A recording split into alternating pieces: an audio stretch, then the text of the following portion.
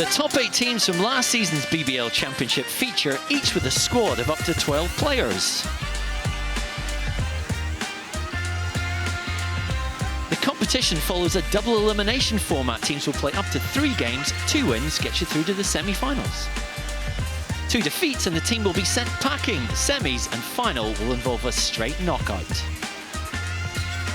Standard rules of basketball have been changed so that there are no breaks in play. Matches will have a running clock of 12 minutes with a 20-second shot clock in play. Each All-Star team will have the ability to double all their points during a 2-minute power play. The power play must conclude during the first 10 minutes of the game and cannot be used while the opposing team is in motion. Rolling substitutions are allowed, so a change can be made at any stage of the game. Points scored within the D are worth 2 points. Beyond the 3-point line scores 3 points, and scoring from ultra-long range from the All-Star 5-point line gets you 5. There are no free throws in the All-Star tournament. There will be a limit of 3 personal fouls in each game. Once the player has reached this, they'll be sent to the sin bin and suspended for 30 seconds, and their team will not be able to replace the player while he's in the sin bin.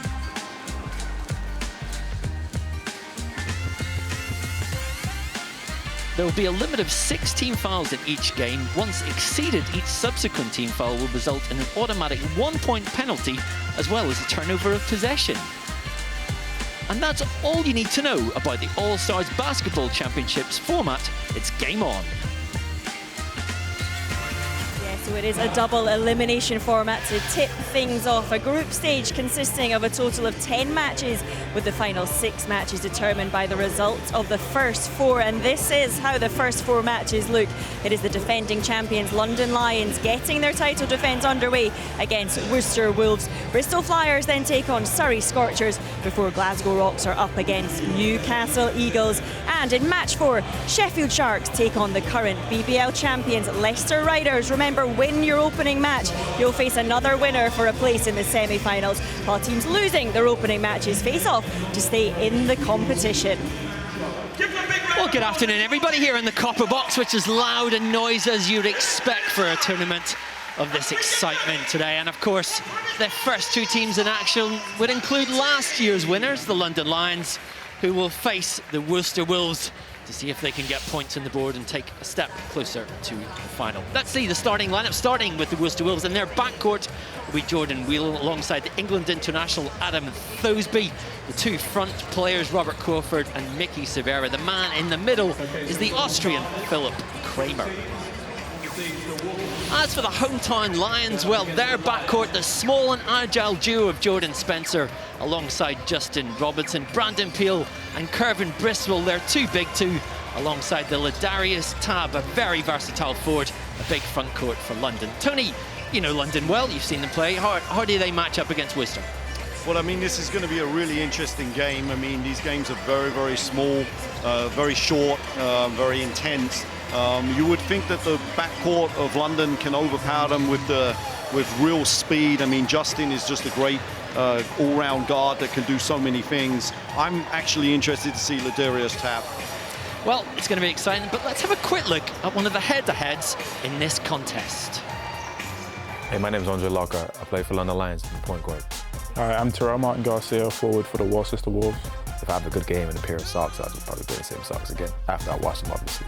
Yeah, everything has to go on the left-hand side. So whether it's I'm putting on a shirt, put my left arm through, if I'm putting on pants or my shorts, it's always the left foot. I have 2 of them, actually. One of them is this one, and the other one is like when your mouth is just twisting on the side, like someone's really trying to tell you something that doesn't really make sense. It's definitely the laughing emoji. I get sent a lot of memes. Oh, that's easy. Terrell Core, he's just very annoying. He just annoys me. Oh, that's Dino. He's the most extroverted person I've ever met. Just let me know. Well, these 2 teams, of course, their season's already underway in the BBL. London off to a very positive 3 wins and 1 loss start. Worcester 1-3 so far. And Tony, I think for this game, we look at the fact the shot clock is much shorter. You're trying to get up the floor. Justin Robertson alongside Jordan Spencer is a huge advantage for London. Well, it is, but I actually had Worcester as one of my dark horses in this competition, and there's a reason. Adam Tosby, who played on the England Commonwealth Games team, he probably has the most range of anyone in this gym. He literally can go over that half-court line and launch it. And if they get the right power play, like I said in the intros, that could be worth 10 points. He only has to make 2 of those shots. It could be 20 points. That's going to be tough for anyone to beat. And Thosby, a terrific three-point specialist, has played much of his career over in the Australian League, played at Sydney Kings last year. And speaking to Ty Shaw, the Worcester Wolves coach before the game, he said, we'll use him to make shots, but we'll also use him as a decoy out there as well. So someone who's going to stretch the London defense and just give them things to think about. Yeah, for sure. And that's actually, he's not the point guard of the team. He's the facilitator in some ways, but normally he's playing off the ball, and they play a very unusual style. The tip between Robert Crawford and Kervin Bristol, and the first possession of the game in the hands of London Lions point guard and captain Justin Robertson. We would expect to see more fluidity of these teams because they played 3 weeks in the BBL season now. Jordan Whelan drives, cut through the middle, and gets the first score of this All-Stars Championship. Well, it's, not much defense there played by London. We would hope that no one could get a straight line drive like that. Long three doesn't fall. Bristol gathers second opportunity.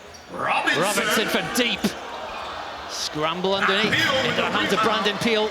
The kick out. Tab, switch. Peel at the elbow. Robinson with the feed. Bristol flying inside. London draw level. Both teams not playing as hard as what we would expect right at the start. I think that every possession to count, so these guys really need to up their game defensively. From the corner, doesn't fall. Robertson picking it up, of course, was the MVP of this tournament 12 months ago.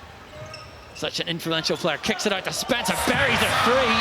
A very exciting talent, Jordan Spencer. A lot of people questioned whether he could play opposite Justin, but it looks like it's going to be a great pickup for London.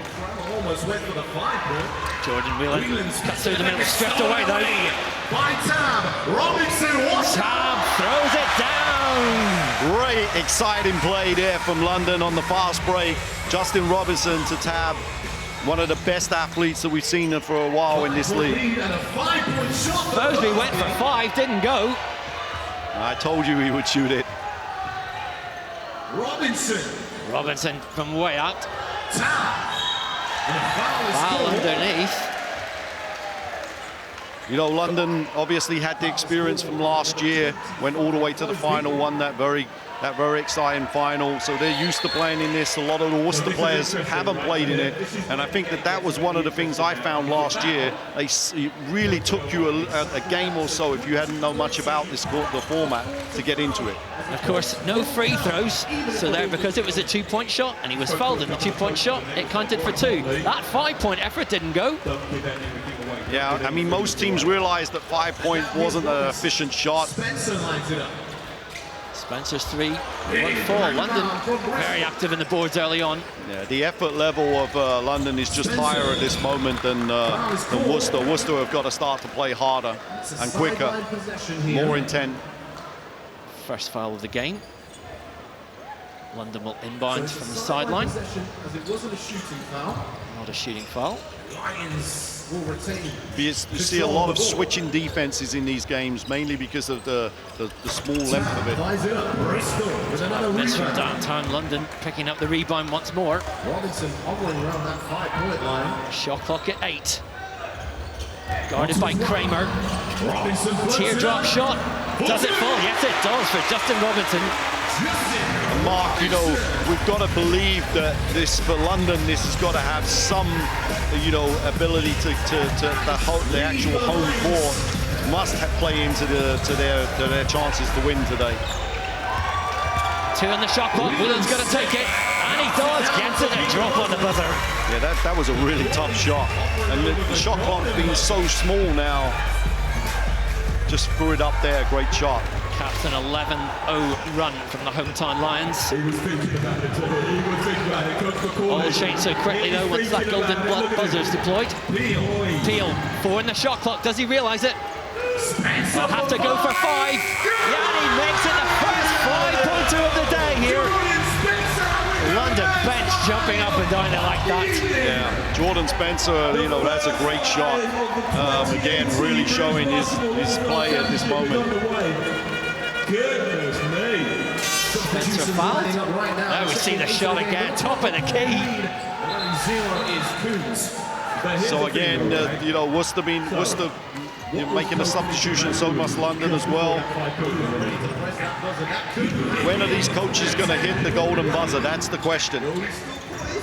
Vince McCauley lurking by that buzzer, let it go. Vince, so now London, everything they score counts double. It's game on for London, double point. Worcester though with the shot. No substitutions allowed during a power play. I mean, London could put this game out of reach if they make a couple of baskets here. They should probably play with a little bit more quicker tempo. Kick out to Robertson, the off for the 3, is it 6? Rebound inside. And that's worth 4. Darius Tabb. London have so much versatility in their team now. Foul is called. On the side now for the Wolves. Against Bristol. This is where Worcester, I don't know, really understand the rules. They've got to get the ball in as quickly as possible. And also slow the Lions down. Whelan lets fly. Yeah, it's a poor shot. Pushing forward. Drive inside. Hard foul. Tabb went for the middle. Tabb is just so good, so quick. You know, this game's really getting out of control. And even without the power play, not really utilizing the power play as much as they could have, but they're in pretty much control of this game at this moment. Kramer pushes it inside. 6 on the clock. Whelan from downtown. Rebounded by Bristol. It's Spencer. I like London at this moment. A lot of balance to their team. Foul is called again. Spencer drove, lost it as he went in though. And so count it down. Another basket though, Mark. This game is slowly drifting away. With 5 minutes to go. 3 seconds left in London's power play. And so the buzzer is over. When will Worcester up for it? Tabb. What's he going to do? Whoa! With action. That's worth another replay for sure. Firing right in now for the Lions. Twisting, turning, acrobatic dunk there from Ladera's Tabb. So here's the thing now. Bristol, Worcester, I'm getting so excited myself. Who's going to go on the golden buzzer? Worcester with a flotilla of substitutions there. Yeah, I mean, coach is going to have to use this game as a warm-up game, try to get his team to understand, just take, you know, not just shoot threes. This game's got to have some balance. I think London started that game off really well. But you see now with this two guard front that they've got, you know, it's really tough to take the ball off of them. Flo Larkar has come in for London, immediately into action, drives into the middle. Worcester, with 4 minutes approaching in this game, need to deploy that buzzer very, very soon. Of course, you can't carry it into the last 2 minutes of any game. No. And, you know, they've just got to have better shot selection. If you're going to take a 5-point shot, at least make a couple of passes around. Spencer can't miss in this game. Yeah, London finishing it, starting off. Worcester take the buzzer for the golden buzzer power play. A couple of seconds too late. They won't get the full 2 minutes. Crawford tried to flick inside, didn't get that pass off. You know, Mark, the defending champions have started exactly as they finished last year. Extremely strong, you know, balanced team. They've added players. So this team looks like they're going to be really tough to beat this afternoon. Last year went undefeated in this championship. 2 minutes in, therefore Robertson from way out. That is another just on fire from deep so far. Yeah, I got to believe that there is going to have an element of their home court advantage is going to play into it somewhere today. But still, this great basketball, penetrate, kick, wide open shot for Justin. Which the strange thing about London is they don't practice here very much. They play games, but very, very rarely do they come in. But clearly they've got some familiarity. They've got, well, there are a few fans in the house today. And those fans will like what they've seen so far. What can Worcester do? Well, the answer is turn the ball over. Spencer flicks it inside. Throw it out comes from Flo Larkai. Now, Flo will tell you that he can do that often, but it's really exciting to see another British player playing really, really well for London at this moment. Crawford steps back. Such a great influence to their team. I'm pretty sure that Coach Ty Shaw will learn from this. I learned from it last year where we kind of, didn't really come out to play in that first game, and I think that they'll really, really energize themselves for their second game. Lines up. Lines up the three, makes the three. Here, long pass goes. I can't remember most of the scores from last year, but I don't think there will be too many games that a team scored 40. Well, 32 straight points for London Lions. Can Kramer end the run? Hook shot from Crawford, won't fall. Here's another one of London's young players. James, the young trainee, on the ball. Andre Lockhart. Four in the shot clock. Peel bullies his way inside. And the Lions, well, perfectly rampant here, aren't they, Tony? Yeah, it's a little bit of a disappointment how Worcester have come out, but it is tough playing that first game. You have no real warm-up. Like I said, London are defending champions, their home court. So a little bit tough on Worcester. I expect to see a much better game in that second, when they play in the second game. Weed short. Scramble on the floor. Okoro couldn't quite get it. Under a minute now of action left to play here in this first game. The drive for Mo Adepoju. One score will get points for the foul. Daniel Johnson-Thompson checks into the game. I think also what Coach Vince has been able to do here is also play his whole roster. That's great. That's great for chemistry.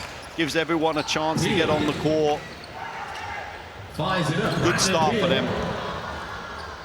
Johnson-Thompson with the rebound. Really, for Worcester, with some adjusting, I think, tactically, mentally. I mean, I just think that they've got to have a bit more balance, and they just can't just come down and take one pass, one shot. It's still a team sport, regardless of the small rules that are here. Lockhart from way out. Ladies and gentlemen, make some noise! Well, it's been all one-way traffic here on this opening game of the BBL All-Stars Championship here at the Copper Box. And it's very much been London Lions who have run away with it. Worcester Wolves thoroughly mauled. And it's what a tough start that it's been. If we think about the way that they've scored there, Tony, I mean, there's got to be a lot of confidence from London that you're able to repeat this. Yeah, absolutely. But let's get down to courtside. And last year's MVP, Justin Robertson, is with Ben. Justin, last year was your first year back in London and you won the MVP, you went on to win the championship. What was it like coming back again this year? A lot of people talked about you being able to play along Spencer. What's he adding to this team that you didn't already have? I mean, coming back here, especially it being at the Copper Box, the great opportunity for us to show everyone what we're made of as a team. Obviously, we want to try and win it again like we did last year and just build off that. Adding Jordan, for me personally, it's been a big help, having another ball handler, another decision maker, shot maker. So bringing him here, just making my life easier, So hopefully we can keep building our chemistry. I have fun playing with him, he has fun playing with me. So just keep building off that and then try and win this whole thing.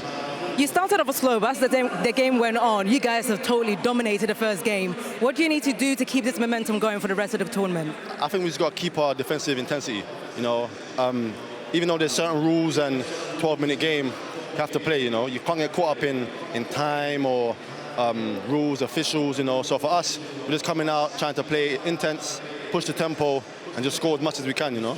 Great to see you again, Justin. Have a great game.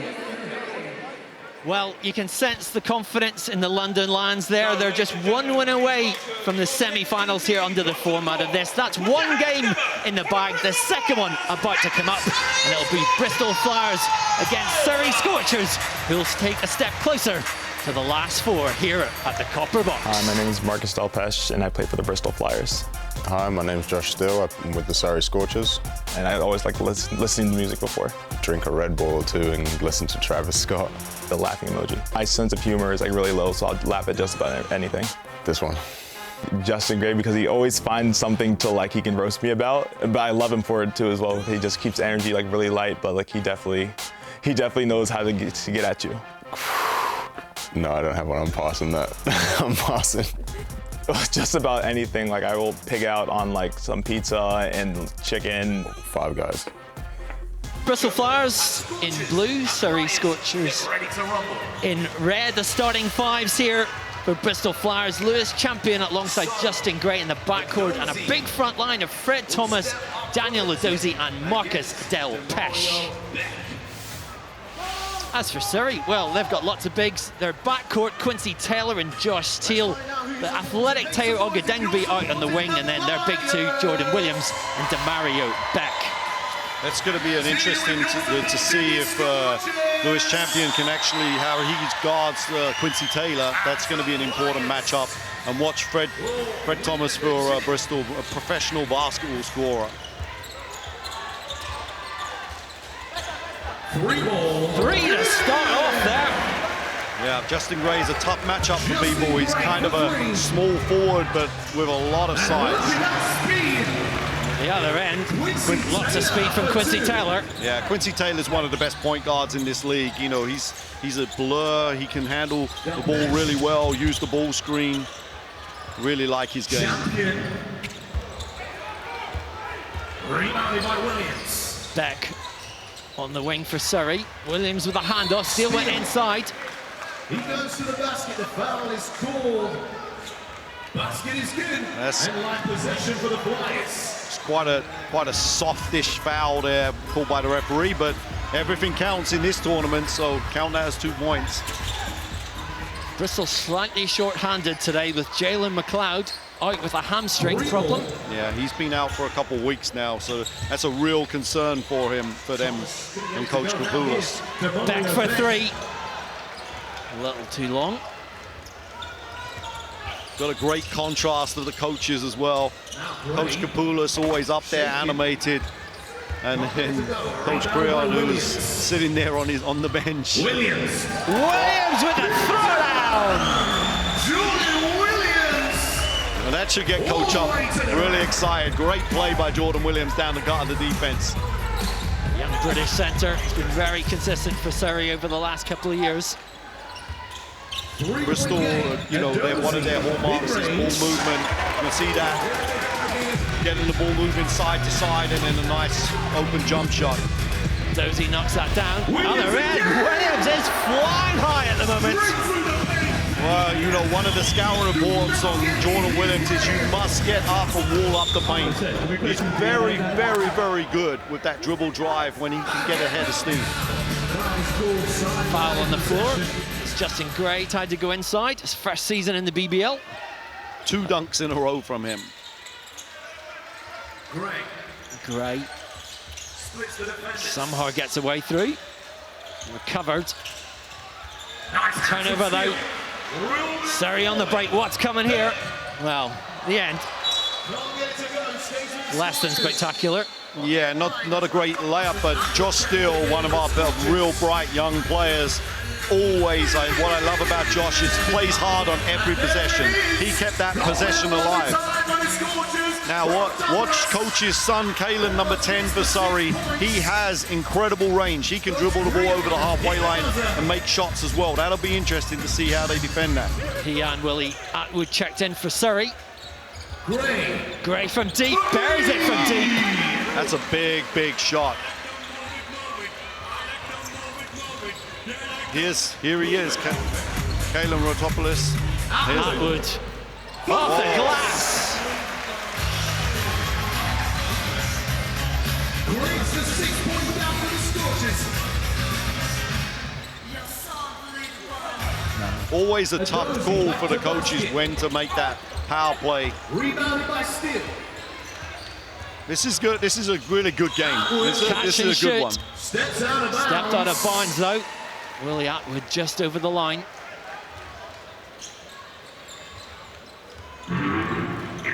Bristol really need to take advantage of this here.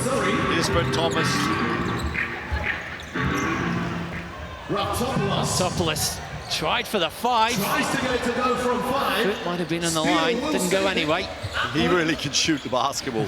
A few of these players have been practicing their 5-point shots in practice this week. The funniest thing of all is that is his shot in the BBL on a regular Friday, Saturday or Sunday. And Dozy up strong, and the foul is called. Basket is good. Headline possession of the Scorchers. No subs drawing the golden buzzer. Raptopoulos kicks it out to Atwood, drives baseline. Looks the up and under, got the foul. That's a really poor foul there by, I think it was a Dozy. He didn't need, Atwood was right underneath the level of the basket. Why would you try to foul him there? It's not just instant punishment, it's points punishment for every foul committed. Gray from way out. It's a really tight game. Quincy Taylor bobs and weaves, couldn't make the shot. Yeah, not much balance there. Thomas. And we have 7 minutes left to go here in this game. Power play finishes. Thomas. Fred Thomas, really outstanding penetrator off the dribble. And Jordan Williams is back in for the Scorchers. This is a very... Maya Dumby and Jordan Nichols checking in for Bristol Flyers. Ogedengbe in the corner, double team, takes the tough shot. Short on that. And Ogedengbe is an energy player for Bristol. Rebounded by Thomas off the glass. Rebound off the glass, makes it. Yeah, right. Fred Thomas again on the boards, active. Steele just short. That's the great thing about this All-Star tournament, that the shot clock forces teams to move up and down the court fast. Non-stop action this afternoon. Yeah, absolutely, Mark. Totally right there. gets his own rebound. And what a play inside. Tevin fouls on. Yeah, I like the pickup from Coach Kapoulas. He came from Chester last year, had, obviously won the BB National Cup. And gets the continuation there, Teo Ogedengbe. Nice try by Teo, one of our best British players. Great direct line driver of the ball, able to finish with good body contact. Nichols drove in. Williams, though, with the smart defensive play. Kick out. Raptopoulos likes it from long range. Just short there.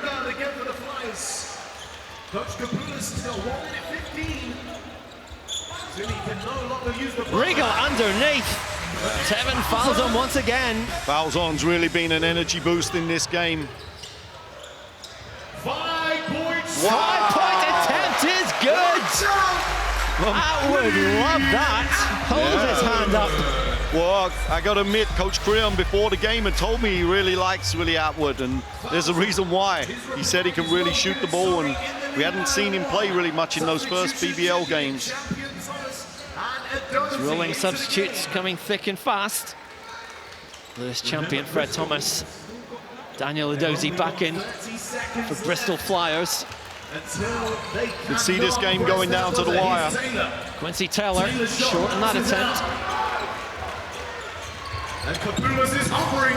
Andreas Kapoulas hovering beside that golden buzzer. Is it coming? He's waiting for it now. Here it comes. Bristol in the power play. And what timing. Smart coaching there. Very, very smart coaching. He saw the player about to shoot the ball, hit the buzzer, that was worth 6 points.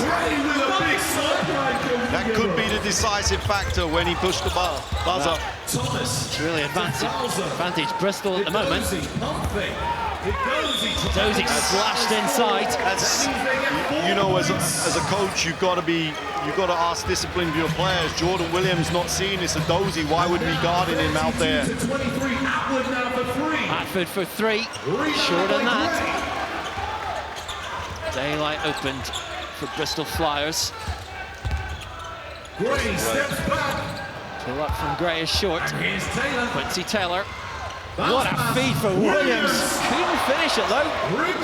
No, he had the first 2 dunks, and that might have been the easiest of them. Thomas. Wow. Jumper there from Fred Thomas. There's 4 points. I had two real dark horses going into this tournament, and Worcester was one, and they didn't look very good in the first game. But Bristol was my other. They played well in this tournament last year. They're more athletic this year, and it could be them. Take it over. Denby went for the spectacular. Instead got the foul. Gets the 2 points. 30 seconds left. I could see this one Flyers power play. Sorry, Mark. I could see one big shot from Bristol winning this game, especially with the power play still there. Thomas. The switch. 1,000 for 6. Short on that. And now Quincy Taylor back for his second spell with Surrey this season. End-line ball. Call. Final 10 seconds on the buzzer. Of course, the shot clock, game clock is rolling here. 4, 3, 2, That, 1. the end of the Flyers power play. 2:13 to play here in this second game at the All-Stars Championship. For the Scorchers to get back involved. Drive inside for Dozy, through the foul. Again, you know, as a coach, to drive you crazy. You know, Daniel plays extremely hard around the basket, but he's not got a jump shot, and they're out there guarding him. Good defense. Good defense by Bristol again as well. Fouls on in his way. Surrey now in 4 team fouls. Champion. Now with fouls on. Fouls on, spins in the post. Mismatch against Taylor, but gets a score. Really outstanding footwork from Davon out there. See it here. From fouls on there. Taylor makes a 3. That could be a little bit too late for Surrey. Now back with Gray, open lane, Gray. Lane was open, didn't score it. No call there, Steele now goes. Steele off that glass. Steele with a tough take. Tough take by Josh Steele again. Like I said, could really drive that ball to the basket. Well, Maya Dunby may just have sealed that. Surrey had a little rally, killed off by Bristol. But nice to see both teams really playing hard. I like that. Bristol moving that ball really well. Gray steps out of bounds. Out of bounds. As Gray looked on. Mark, I wouldn't count Surrey out of the tournament yet. I mean, they've got a lot of players that can do some things, especially in these type of environments. Haven't played particularly well in this game. Bristol, though, they really could do something in this afternoon. You can tell Caelan Raftopoulos really wants a 5-pointer today, doesn't he? He'll keep going until he gets one. Slowing down the game. 20 seconds left in this game. 1,000. And now here's Taylor pushing away with great speed once again. He'll fire a 3 up. Steele puts it back. 3, 2, 1. Well, it is fresh blood in this tournament for Bristol Flyers. Surrey overcame in the end. Big shots from Bristol really made the difference. I like the game, though. Really, you know, both teams playing with a lot of energy. And I think that both can go far in this tournament. So that's a win apiece for London and Bristol. Let's go courtside to Benny. Trevin, your second year in the BBL, first year at the All-Star. How did you find it? This is great. This is first time. This game is a lot different. It's a lot faster, but it's fun. You know, with the 5-point shot I attempted one, we were just getting a lot of shots up, running back and forth. It was good. Now, you've been practicing your 5-point shot all summer with your brother. What was it like doing it in real life, and what does Bristol need to do to get a next win to go through to the next round? We need to continue to push the pace like we just did. As far as me and my 5-point shot, I got to make the next one. I missed one. But I think I just got to get my win. That'll be good. It's fun. Thank you very much, Trevin. Thank you. Well, Bristol off to a flyer here in their opening game of the BBL All-Stars Championship. Next up, it's Glasgow Rocks against Newcastle Eagles. And match 3 at this All-Stars Championship, which features the Glasgow Rocks against Newcastle Eagles. And that Rocks starting lineup in the backcourt, Greg Pryor alongside Kenny Carpenter. Out on the wing, Buna Njai alongside Gareth Murray. Their man in the middle, the GB international, Ali Fraser. As for the Newcastle Eagles, unbeaten in the league so far this season. Ramon Fletcher, the talisman in the backcourt alongside Drew Lasker. A very versatile front line. Kai Williams, his brother Jamal Williams, and Victor Moses. Yeah, 2 power teams here. Traditionally, you know, very, very strong. Seen Newcastle up close, and they look very, very, very strong for this BBL season. Bringing back Ramon Fletcher, who's really who I call the general, really has cemented their whole backcourt and brought them up to another level. Glasgow, I'm really excited seeing Njai in person. He looks a real exciting prospect in this league, and they've got the experience. So let's see who can win this game. In case you couldn't recognise it, it's Newcastle in black and white stripes. The Rocks in gold. These teams have already met this season in the BBL Championship. Eagles winners up in Glasgow a couple of weeks ago. The Rocks with a little bit of revenge on their minds. I wasn't 100% sure why Gareth jumps ball, but he won this one. So. And the Rocks off to a fine start. Greg Pryor with the first points of the game. Yeah, new point guard for this league. Plays very, very conservatively, solid. Kai Williams. Kicked inside. Short from Moses. Saved though. Jamal Williams opts for the 3, makes it. Newcastle with their first lead. Well, Jamal Williams, the unsung hero of Newcastle Eagles for sure, but that play was set up simply by the hustle of Drew Lasker. And response is instant. Greg Pryor, 5 points so far. Well, I think a few people around the league have asked him to be a little bit more aggressive defensively, offensively, and he's definitely come out with 2 quick shots in this game. Ramon Fletcher with an uncharacteristic mistake. Carpenter, who can shoot from right there, opts for the pass off. Pryor crowded in the corner, gets out though. Greg Pryor off to a fast start. 7 fast points in the first minute and a bit. It's the Greg Pryor show at this moment. Certainly looks like he's got something to prove. Certainly have asked him to be more aggressive. Newcastle can't finish. Carpenter on the break. Ran into the wall of Williams. Draws the foul. Rocks will be happy with that start. Yeah, for sure. I'm not 100% sure. I would have thought that could have been an out-of-bounds foul, but it's called a 2-point foul. These 2 teams met in the group stages of this tournament last year. Newcastle won by 4. Old rivals and always have a habit of competitive games. Kieran Achara, the Great Britain captain, has checked in for Glasgow. Achara likes the 3, takes the 3, makes the 3. Well, that's Kieran's pure speciality there, being able to stretch the defense and make those shots. Can be very, very. I'm really impressed with Glasgow. Definitely come out with more intent. I think Newcastle looked a little bit touched, just too much relaxed. Kai Williams, the handoff to Fletcher. Kai Williams for 3. Doesn't fall. Carpenter picks up the board. It's a poor shot though. It's a forced shot. Well, Carpenter was pretty spectacular there right until the end. Glasgow off to a 1-4 start in the league this year. Been disappointed the way things have worked early on, trying to get things back on track. Have worked a lot on their offense this week coming into this tournament. They definitely look like they're ready to play. And that's the thing about this tournament. You've got to be ready to play. That's the first and foremost. Bo Ziegler has come in for Newcastle. And you would have thought that a Newcastle team coached by Fab Lanoy would be ready to play. They just look a little bit off. Wow. That man, Greg Pryor, can't miss so far. He can't miss as well. Fletcher inside, gets his account off. He's come back to Newcastle after a couple of seasons in Slovakia. Former MVP of the BBL. Pryor.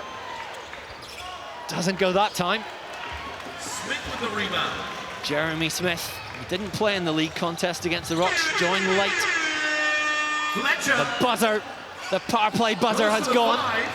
This is From Eagles assistant coach Dave Forrester. 2 minutes power play. What can Eagles do to capitalise upon it? Crucial period. They're down 7 and they have their power play. Glasgow has still got their power play. Big internet meme last year. Dave Forrester on that buzzer. Fires it up again. Rocks though extending their lead. Greg Pryor is everywhere at the moment. Fletcher driving. Fletcher misses. This game might be over even before the halfway period at this moment. Greg, it's literally the Greg Pryor show at this moment.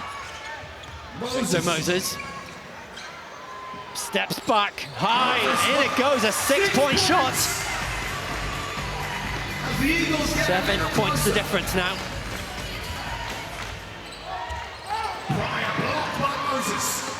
Moses with the outline pass to Fletcher. Drives at speed and makes it. That's a 4-point shot. It's a tough shot by Ramon Fletcher. Eagles cut the deficit to 3. But Glasgow have their power play to come. 45 seconds left on the power play and Ziegler goes inside. Poor defense by Newcastle. The Eagles really need to get into the lead with this. There's a moment. Another 6-point play for the Eagles and they go ahead. Yeah, it was a great shot by Kai Williams. We know he has great range as well. They're going to need more defense though, I think. It's a great shootout here. Ziegler with the miss, not really his range. Moses has an opportunity, top of the key, sets his feet. Fall down. Thrown away. Rocks will be in no mood to inbind this quickly. Of course, a rolling clock here. Newcastle Eagles power play comes to an end. Well, they got themselves into this game. Now, can they actually finish the game? Njai, the Norwegian international, left-handed scoop shot. Won't fall. Very active though, gets his own board. Took the foul as he went in. Gets the points for that. Rocks back ahead. And here they are. Great opportunity to win this game. Got their power play to come.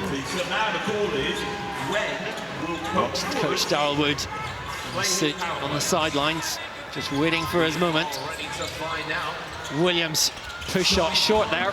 Yeah, that's Kyle Williams, you know, the new one of the Williams players. The golden buzzer has been pressed by Glasgow. No instant returns though. Fletcher, Williams, kicks out to the other Williams. Williams everywhere for Newcastle. Only 2 of them related. Fletcher, tough shot off the glass and gets the bonus off that. And that's what Ramon Fletcher brings to this Newcastle Eagles team. Toughness, consistency and scoring. I couldn't have put it any better myself, Mark. You're absolutely right. Big shot by Kenny Carpenter. He's been one of Glasgow's best players in the first couple of weeks of the season. See, this is where Williams doesn't understand the rules. Needs to back it out a little bit, try and take some time off the clock. Darius Defoe's in for Newcastle in the middle. Huge game against Glasgow a few weeks ago. 25 points, 8 rebounds. Darius has started the season off extremely well again. Oh, Ramon Fletcher is just so smart. So smart. Hooked his arm underneath, got the foul, was trying to get actually a 2-point score, but that actually might not be as bad, to take some more time off the clock. 40 seconds left in Glasgow's power play, haven't capitalised on it as much as Newcastle did, certainly. Defoe, bank shot off the glass, doesn't go. It's a terrible shot. Carpenter. Hand off from Fraser. Smart play on the floor there from Darius Defoe. Fletcher, very sensibly, takes time off the kick out. Kyle Williams in the corner. Newcastle in front. Rocks. Our play will end. Newcastle ahead. So this is, Mark, this is a straight shootout now. Wow, Greg Pryor again. Pryor in the corner. That's unbelievable. He's accounting for at least 60% of their points. What a game by him. Fletcher guarded by Pryor at midcourt. This is a straight out game now. Kai Williams. Kick out to Smith. Carpenter's long arms ahead of him. Smith out. That's a big to the shot. challenge. Big drive. Left-handed player. Probably you should know that from the scouting, but probably not much scouting going on this weekend. Pryor, rare miss. Now this is obviously where having Raymond Fletcher is going to have some benefit. Fletcher, the flick shot. Can't let him get back to the left hand. Cannot let him get back to the left hand. Newcastle's third lead of the game. Kieran Achara's checked back in for Glasgow. Replaces Ali Fraser. Yeah, Newcastle were dead and buried right with 7 minutes to go, but their experience has got them back into this game. 13 points, the biggest deficit for the Eagles. Rocks playing catch-up with 2 minutes to go. Both teams got a couple of fouls to give there. Wow, it's good. I think that's the correct call. Raymond Fletcher holding Greg Pryor, but it was an interesting refereeing decision based on what we've seen. Defoe bounced off Kieran Achara there. Kieran, one of the very best to stand people up. Stripped away. Newcastle able to get out there. Lasker, the trail. Williams off the glass. Great play. Kyle Williams. And you know, that's that man, Andrew Lasker again. Unsung hero. He was the one that came up with the steal. Oh, this is a high-level game. This is really high-level basketball here. Off-balance shot. Oh, my word. What a tough shot. Oh, my word. He liked that. He liked that. He will see it again. Greg Pryor. Under a minute to go. Less than a minute to play. I think they just need to get the ball into Raymond Fletcher's hands. Still the first round. Williams. Swat from Achara. Yeah, it was a great play by Kieran. I'm not understanding why they wouldn't have had him. Pryor from deep. Achara hustles for the board, comes all the way back out. One score here for Glasgow could do it. But this is a super exciting game. 7 on the shot clock. Carpenter, the pull-up, aerial. One full, Achara gives Rocks a second chance opportunity. What, 5 seconds differential in the shot clock. Fletcher takes the foul. As Pryor backed in. Rocks up by 3. They need a 3. Newcastle need a 3. 10 tie to the play. game. That is 1 point. Smith inside Achara. They don't know. None of these guys know the score. Tied game. And we will be going to overtime for the first time today here. I'm not sure how that was a tied game, because definitely Glasgow were 3 points up there. Kieran Achara certainly querying with the refs, querying with the officials. Unless the scorers had the game in a score and the scoreboard was wrong. But I had Glasgow up 1 point. Well, what a start we have had for the British Basketball All-Stars 2018. I think it will depend whether it was a foul and a bonus on the last score there. Oh, okay, that's what they counted it as. But it was 38, I thought. And it is overtime, which will be 60 seconds on a rolling clock. I think that we're all a little bit confused there, but for sure, for the spectators of Sky Sports, there's no doubt that this is what we want to see. We want to see an overtime game. We want to see golden basket. I'd love to see this. Bo Njai certainly isn't quite clear what's going on. Doesn't really matter now. That's the ruling on the court. That's the thing. When you've got innovative rules, not all the players quite up to speed. And Newcastle have got the possession. That's crazy. Sorry, Glasgow, well, I certainly thought they had won the game by 1 point as I was commentating on that, but for some reason it isn't, and we're into golden basket.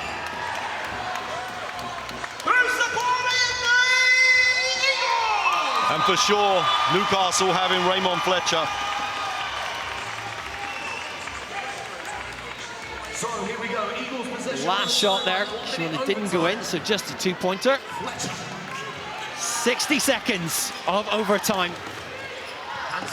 It's still tied then, we'll go to another 60 seconds. Chara tried to get the steal at half court, instead to go to Smith from deep for three. Wow, it's a three-point shot. As he went up, I think. Yeah, that's a poor decision defensively. Again, you got to know the scouting report. He's not a good three-point shooter there.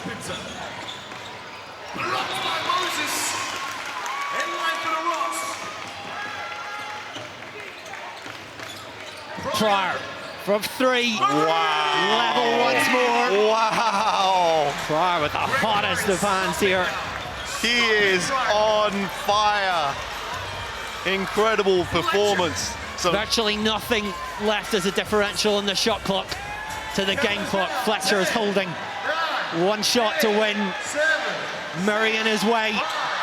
Fletcher at speed. Inside the block from Achara. Murray will be short. And we go to double overtime.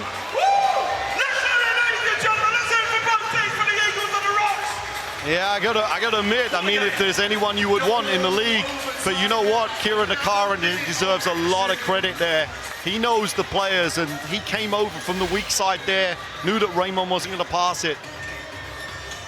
We'll see this here from Pryor when he went for it. That took us there to overtime. I mean, Glasgow have played a great game, but this game wouldn't be anywhere close if it wasn't for Greg Pryor. He's been unconscious at this moment. Pryor spent last season in the south of France, soaking up the atmosphere here though today. Short in that attempt.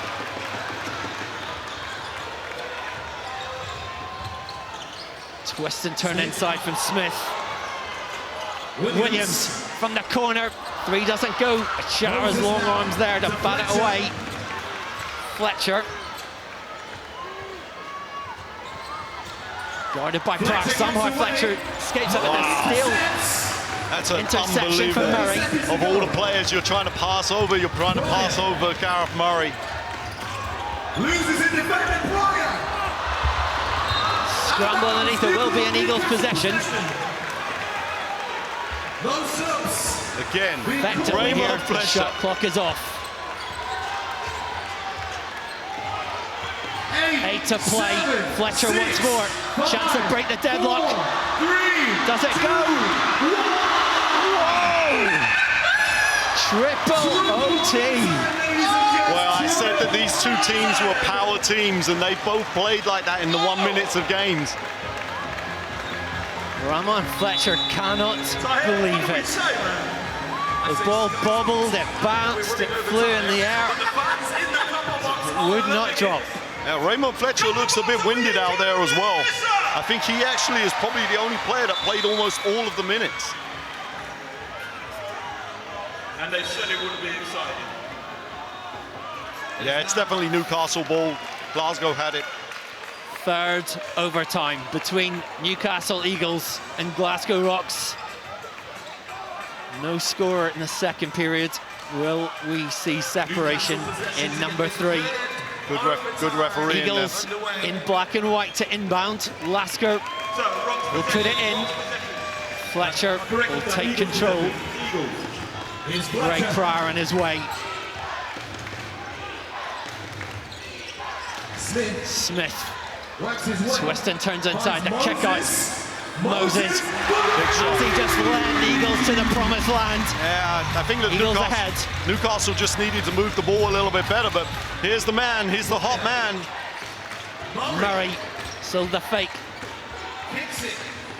Carpenter to Achara. 3 on the shot clock. Well, clock was ticking down, pressure was on. Nice defensive stand from Newcastle.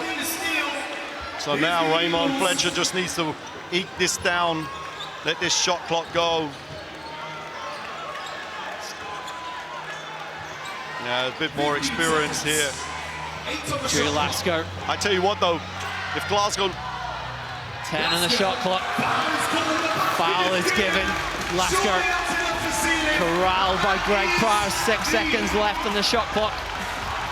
You'll need a half-court shot. They need a 5-pointer. And it will not go. So after 3 sensational periods of overtime, it is Newcastle Eagles who get their first win of this tournament on the board. And what a dramatic game it was, Tony. It was an incredible game. I mean, firstly, Glasgow, I really believe that they could win their next game. So Greg Pryor was fantastic, but Newcastle's experience told in the end. Well, Newcastle really had to hold their nerve. Down at courtside, Benny is with Darius Defoe.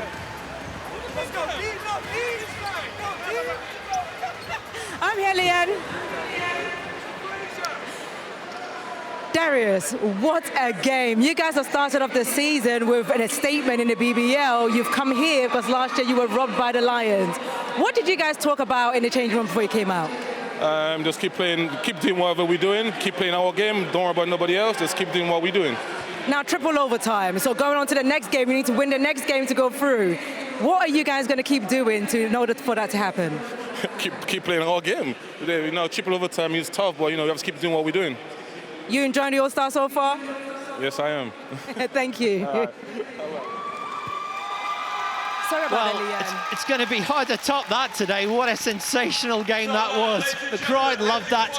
Next up, it's going to be Leicester Riders against Sheffield Sharks. And it's the last game of the first round of matches here at the All-Star Championship, and it's Sheffield Sharks ahead of us just now. Their backcourt, Chris Alexander, returning from last season alongside Rene Castro, the very athletic Dirk Williams, and their 2 bigs, Rob Marsden, alongside Mike Tuck.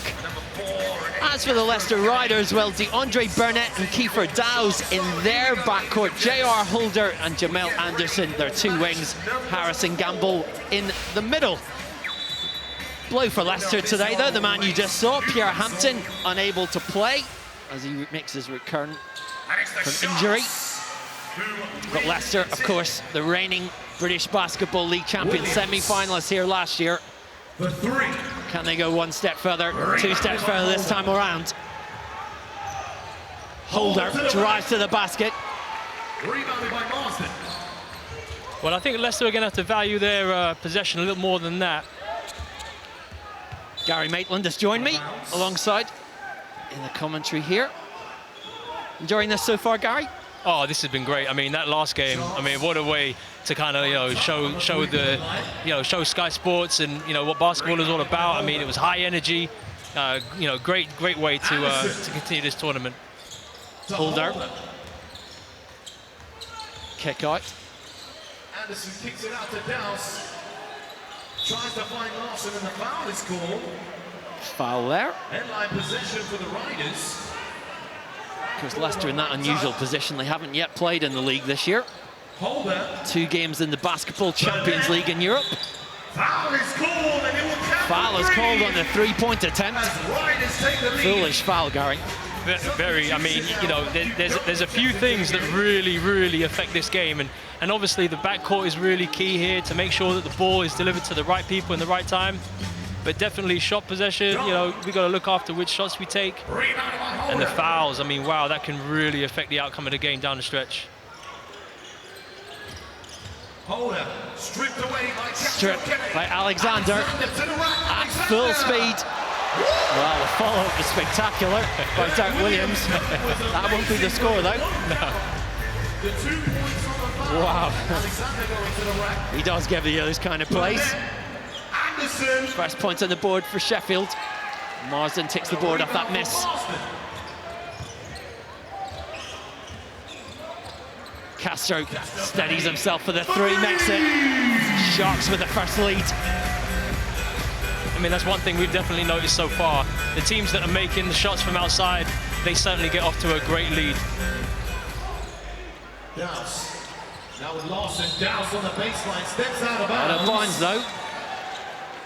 Substitution as Andy Thompson checks in for Larson. Andy Thompson Shot has 4. come in for Leicester. Larson sits down. I like how Leicester are really trying to slow that pace down with their full court pressure. Alexander for from 3. way downtown. Scramble underneath. Dowse gets the board. Burnett. Burnett inside. great off take. the glass. Tough make. Fantastic take. Tie game. 3 minutes in. Williams has that range. Guarded by Andy Thompson. Williams.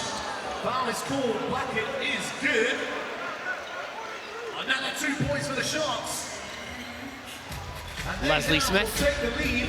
has come in for Sheffield, just signed this week. Played at Bristol Flyers last year. Thompson from deep doesn't go. Rebounded by Williams.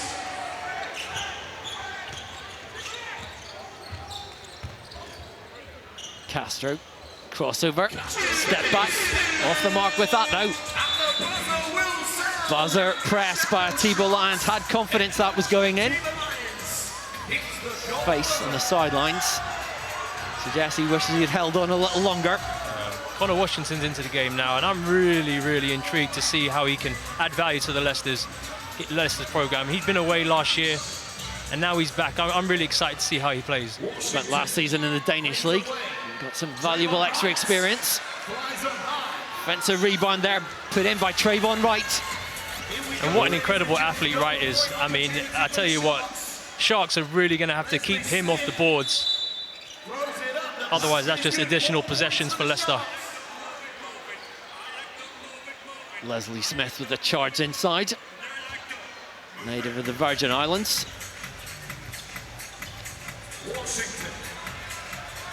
Washington. Corner 3 from Burnett doesn't go. Andy Thompson, now the Riders' captain since the retirement of Tyler Bernardini. Alexander with a crossover. Thompson, the tower of strength in the middle. 40 seconds left for the shot. Turnover. 3-on-1 break for Sheffield. Wow, it was almost all too easy, wasn't it? I know. And I'd like to see the change of pace slightly, I think, in this game. I think Leicester could move the ball a little bit better and find the shots they need. Certainly, if they dominate the offensive rebounds, that gives them a great advantage. Foul committed by Leslie Smith. 15 seconds left on Sheffield's power play. Leicester will be pretty happy with the way they've contained the Sharks during that 2-minute spell. Absolutely. I mean, they haven't really utilised that power play at all. Something that they can review certainly for the next game. Holder from deep, buries the 3. Leicester within 5 as Holder makes the 3-pointer.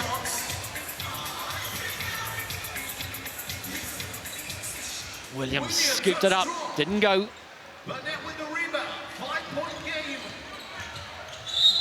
Explosive play from Burnett.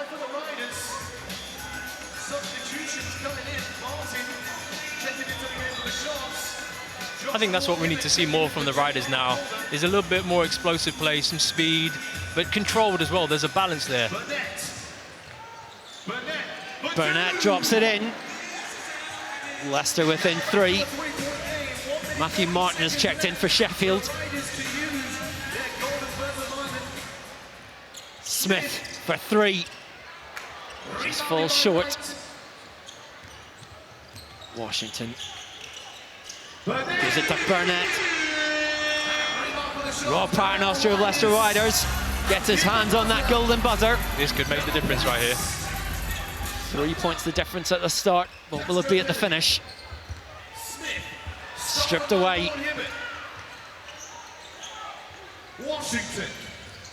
Washington goes for 3. Williams pushes it pace. Off the glass, the score from Castro. I mean, the Leicester Riders really have to get back in transition. If they're going to take early shots, they need to get back and stop that fast break. Right, with 4 points off that score. Leicester within 1. Williams, the slash off the glass, got the foul early.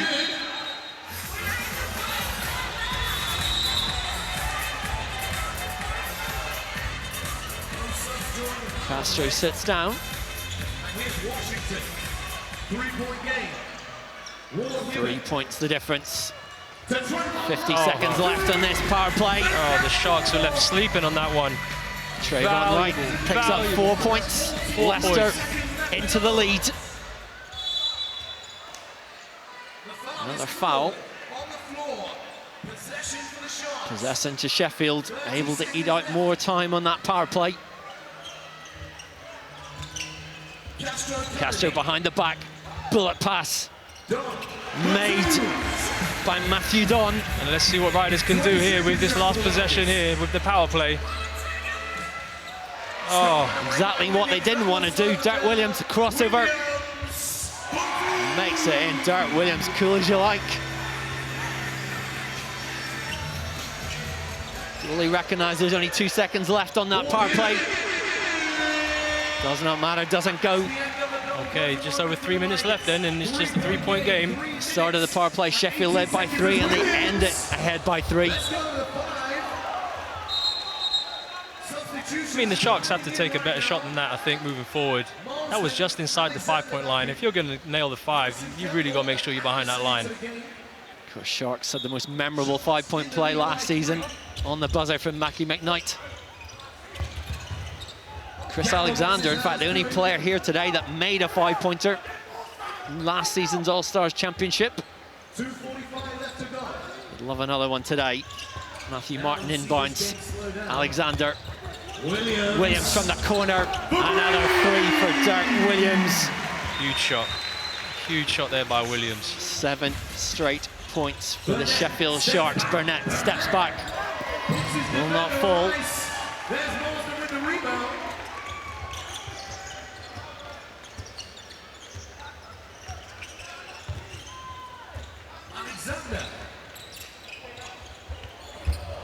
Another turnover. Harrison Gamble is in for Leicester. Burnett from deep. Oh, not fallen. Jamel Anderson gets the board. Second chance opportunity. That time it's in. 4 points the difference. Great acrobatic shot right there. And again, that is going to be the difference here as the game gets a little bit tighter. Is making sure that you dominate the boards. Offensive rebounds are really going to change the game. Less than 2 minutes to play. Alexander gives it to Martin on the charge, banks it in. Sheffield doing enough to keep Riders at bay at the moment. Yeah, Burnett's trying to do a lot right now. He's driving into traffic. Martin with a good piece of defense there. Sheffield able to set it once more. The 5-point shot attempt off the glass doesn't go. Washington. Hand off to Burnett. Once more, Sheffield getting the stop. 6 points the difference with a minute to play here. Leicester need to play catch up. Alexander drives inside, doesn't go. It'd be interesting to see how this last minute plays out. But I think if somehow they can get Connor Washington that 5-point shot, I tell you what, I think he's likely to make it. Finish from Burnett. 4 points the difference, 40 to play. Rima Lascelles checking into the game. This is brother Jamal, the captain at Newcastle United. And a scoring prowess can he bring here? 9 seconds on the shot clock. Crossover, Castro. Still the fake off the glass. Could that be the dagger? That might be it. That might be it. I mean, we got 15 seconds left. Well, not even a 5-point shot here will do it. Leicester really need to move fast. Tried for the 5-point attempt. Yeah, that was tough. But Sharks really have showed their bites here in this game. They will draw first blood. They have. Leicester. And that's been a great start for Sheffield, I think. That's a great confidence booster for them. The riders will have to review that performance. I know they haven't played in about 3 weeks, but they're going to have to get it together if they're going to transform this appearance in this championship. A little bit of ring rust there, perhaps, for the reigning BBL champions. Sheffield able to put on the pressure from the start.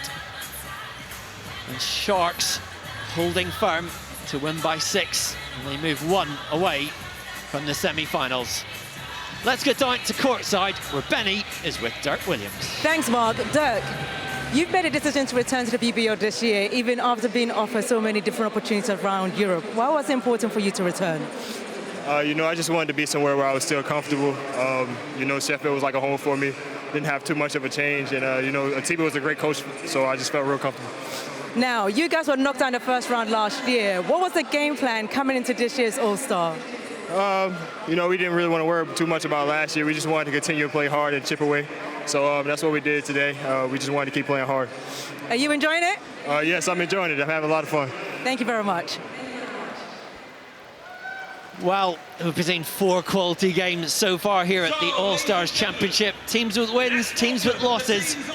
Who's going to move a step closer to the semi-finals? Next up, it's the London Lions, the reigning champions, against the Bristol Flyers here at the Copper Box.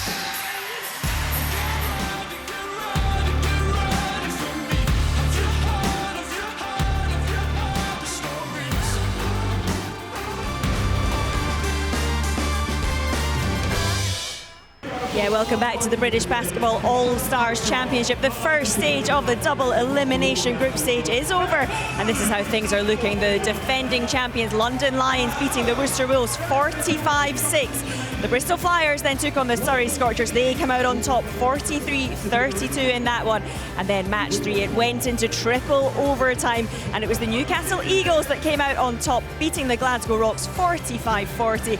And then the match we've just seen, the Leicester Riders, the BBL champions, being beaten by the Sheffield Sharks 30-24. This for a place in the semi-finals of the All-Stars Basketball Championship. 2 wins and you're through. And after a winning start for both London in yellow and Bristol in red. Lots at stake here. Long range shot from Gray doesn't fall. Board from out to Jordan Spencer. Now this one's really going to be interesting. For 3. Oh, London off the mark. Huge shot there by Jordan Spencer. I mean, this is how we started off first game, and he's clearly on top form right now.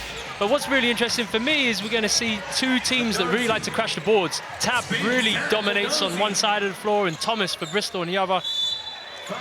Charge through the middle for Marcus Delpesh. His twin brother Malcolm was at Bristol with him last year. This time, they've gone their separate ways. Delpesh, always athletic, charging through the middle. Bristol off the mark, finish inside. What a throwdown. The athleticism there of Kervin Bristol. See it again. Great composure there from Justin Robertson. The way he used that ball screen at the top of the key, and he just had poise as he drove inside and just flew that alley-oop up. Fantastic play there. Swatted away. London, the chance to break. Robinson to feed inside. Didn't quite fall for Ladarius Tab. Ludicrous, they call him. Some of his moves pretty crazy. It just seems as maybe Lions are getting inside the paint a little bit too easy. I think Bristol need to kind of step up there and keep him outside the paint. Well, that matchup between Adozi and Bristol, very crucial in this one. 3 in the shot clock. Have to put it up.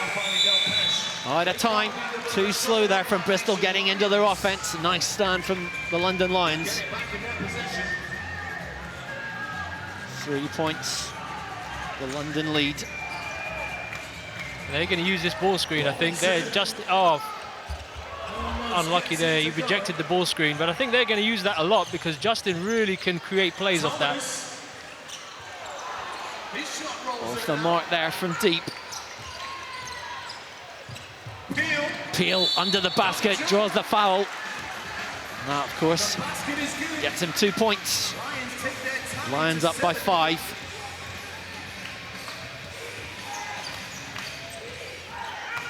Bristol have been doing some 5-point drills in practice this week. Coach Andreas Kapoulas told me.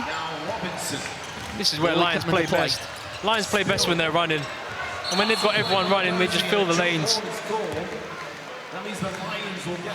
Jump ball is called on the floor. London Lions will get possession.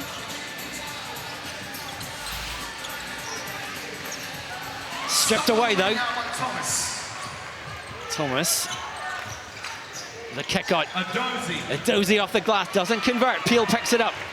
Robertson. Now half court. Let's fly for 5, doesn't go. Robertson, one of those players that can make them. Thomas from the corner. Thomas had a great first game. I mean, I'd like to see him get into the game a little bit more now. Tab is open for 3.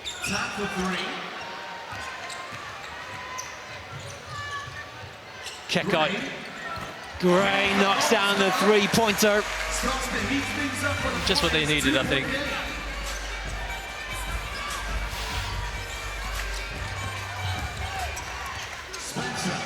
Spencer.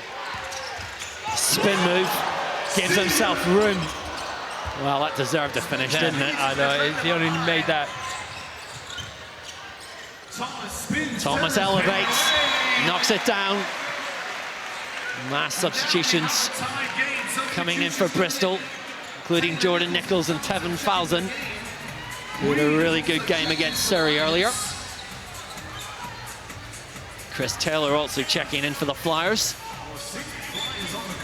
Of course, Bristol, big plans recently announcing a proposal to build their own 4,000-seater arena down beside Bristol City's football stadium. And I've on the rise. I've loved Bristol's transition from, from playing in the Division 1 to the BBL. I mean, their growth over the years has been fantastic. Model club for so many. Foul is called. Goes against Robinson. 1 team foul apiece so far. 5 minutes into this game. Hometown crowd certainly getting behind their team. Very cool. Taylor. No, rebound taken. Drive inside, doesn't drop though. Falzon will pick up the 2 points. That the first lead for Bristol Flyers.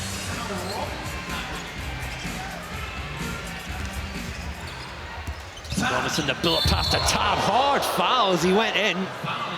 Heard that hit the floor from up here. Very hard foul. Very hard foul.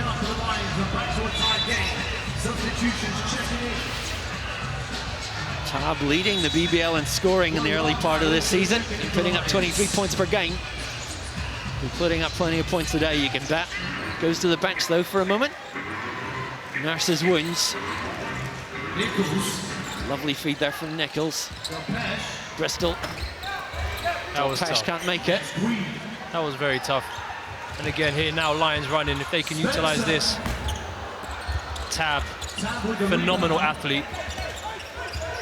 These teams are going to have to start thinking power play soon. Wow, there it comes.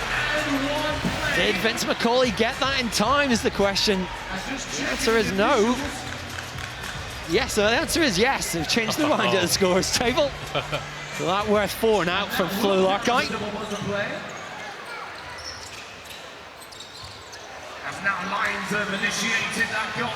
Can Lions put points on the board quickly? 8 points in a row they've scored.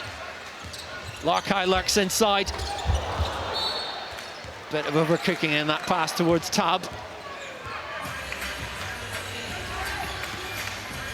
Jordan Nichols on the ball. Flick pass inside. That would have been spectacular if it had gone in. Instead, Robinson behind the back. Teasing Bristol.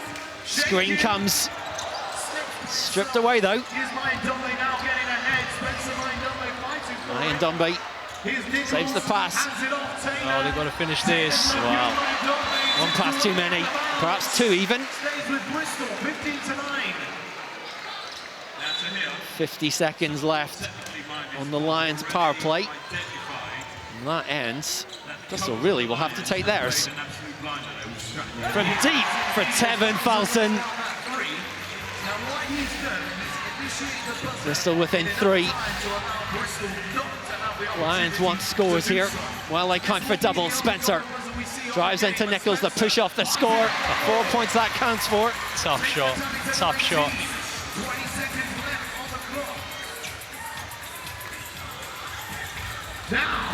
Slam down from Marcus Delpesh. Guide from deep. Rebound inside. Tab again. You know, he's just going to crush those boards. And I tell you what, towards the end of this game, if they don't keep Tab off the boards, that's just additional possessions there for the Lions. Power play for London has ended. Nichols steps back 3. Too long. Guide.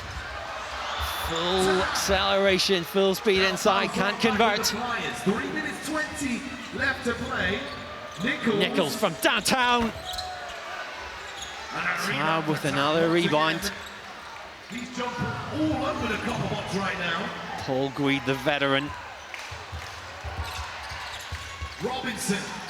Oh, great ball movement here by the Lions. Treasuring that possession. Robinson from that corner 3. London accelerating ahead here. Substitutions now for both teams. Subs for both teams. Jarella Coro, Brandon Peel, check back in for London. The Lions have really impressed me this season so far, and certainly today. I mean, their backcourt is probably maybe the strongest backcourt in the league. As London beat Bristol on the way to winning this tournament last year. Vince McCauley reminded me before the game, it was a game he forgot to press the golden buzzer. This time he didn't. Team making the most of it. 10 points their advantage, 2:21 to play. That is the distance for the Flyers. But also the advantage for the Lions. Here's Spencer. 10 on the shot clock. Spencer twists and turn, gives it to Peel. Smooth as you like off the glass. 9 unanswered points for London. 1 foot in the semi-finals. Thomas steps back for the 3, buries it. Huge 3 there by Thomas. Off balance too. That might create some sort of momentum, but they've got a lot to do now here. And it's going to start by playing solid defense and keeping the Lions off the offensive boards. Worked that time. Fortunately, though, comes back out. Spencer. Well, that might have sealed it almost. Bristol surviving just 1:20 to go. 9 points the difference. Flyers really needing to soar. 5-point attempt. Just short.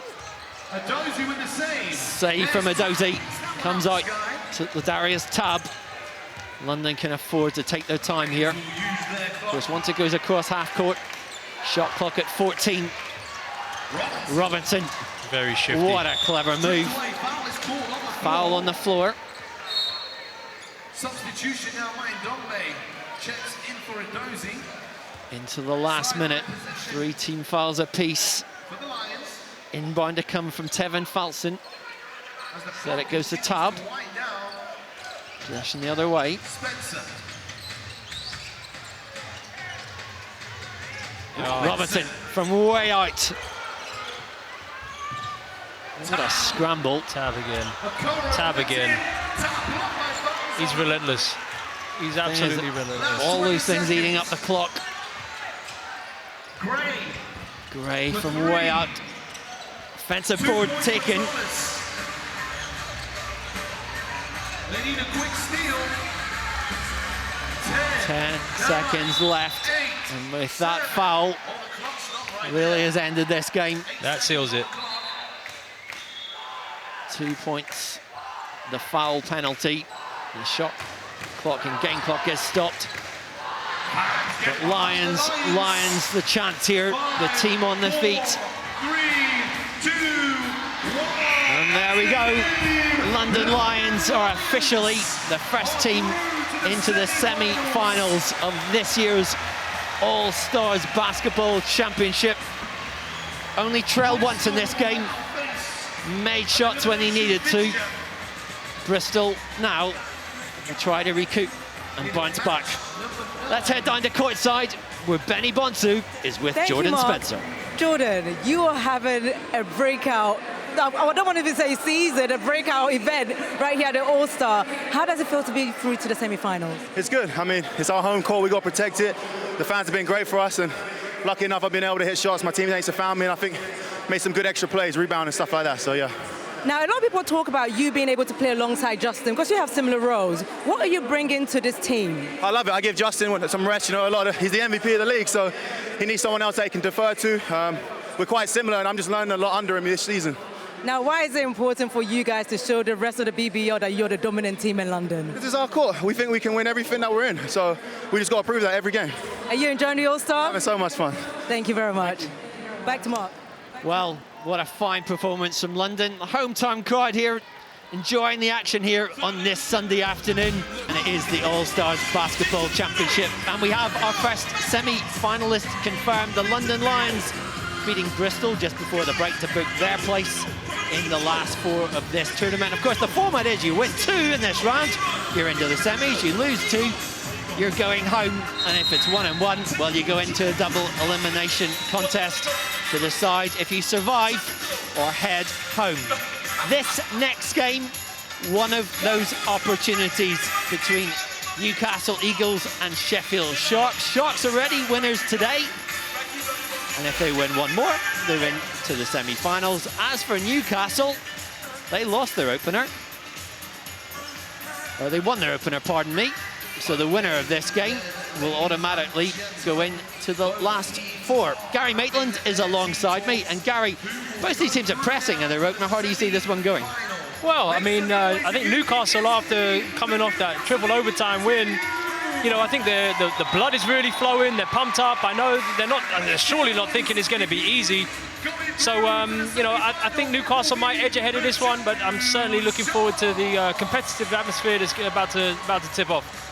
Well, of course, Newcastle coming off that sensational triple overtime victory over Glasgow Rocks. That'll be some contest if we repeat it here.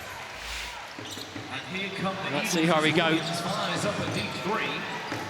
Newcastle in black, Sheffield in blue. These two teams met in this competition last season. Sheffield, who were winners by 10. Eagles, the finalists 12 months ago. I'd love to go one better this time around. First score of the game goes to the Eagles. Drew Lasker off the glass.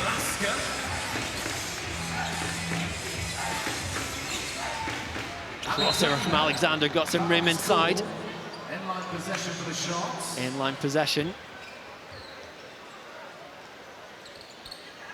Dirk Williams, the inbounder.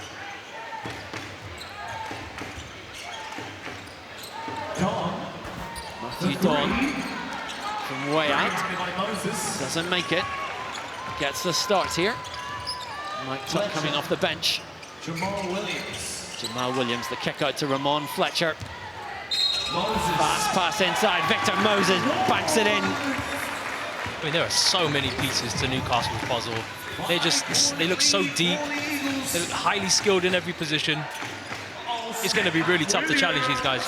Dirk Williams knocks in the 3. His bench liked it. Top of the key.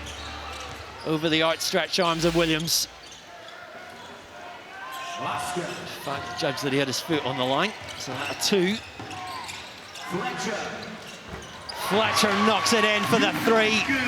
Eagles off to a high-flying start here, just as they've been in the league this year. Alexander from deep has made a 5-pointer last year. None yet so far. Plenty of time. Fletcher finds some room. Swing pass. Lasker, 1 in the shot clock, takes it. Short in that attempt. Newcastle a little slow to get into their offensive set there.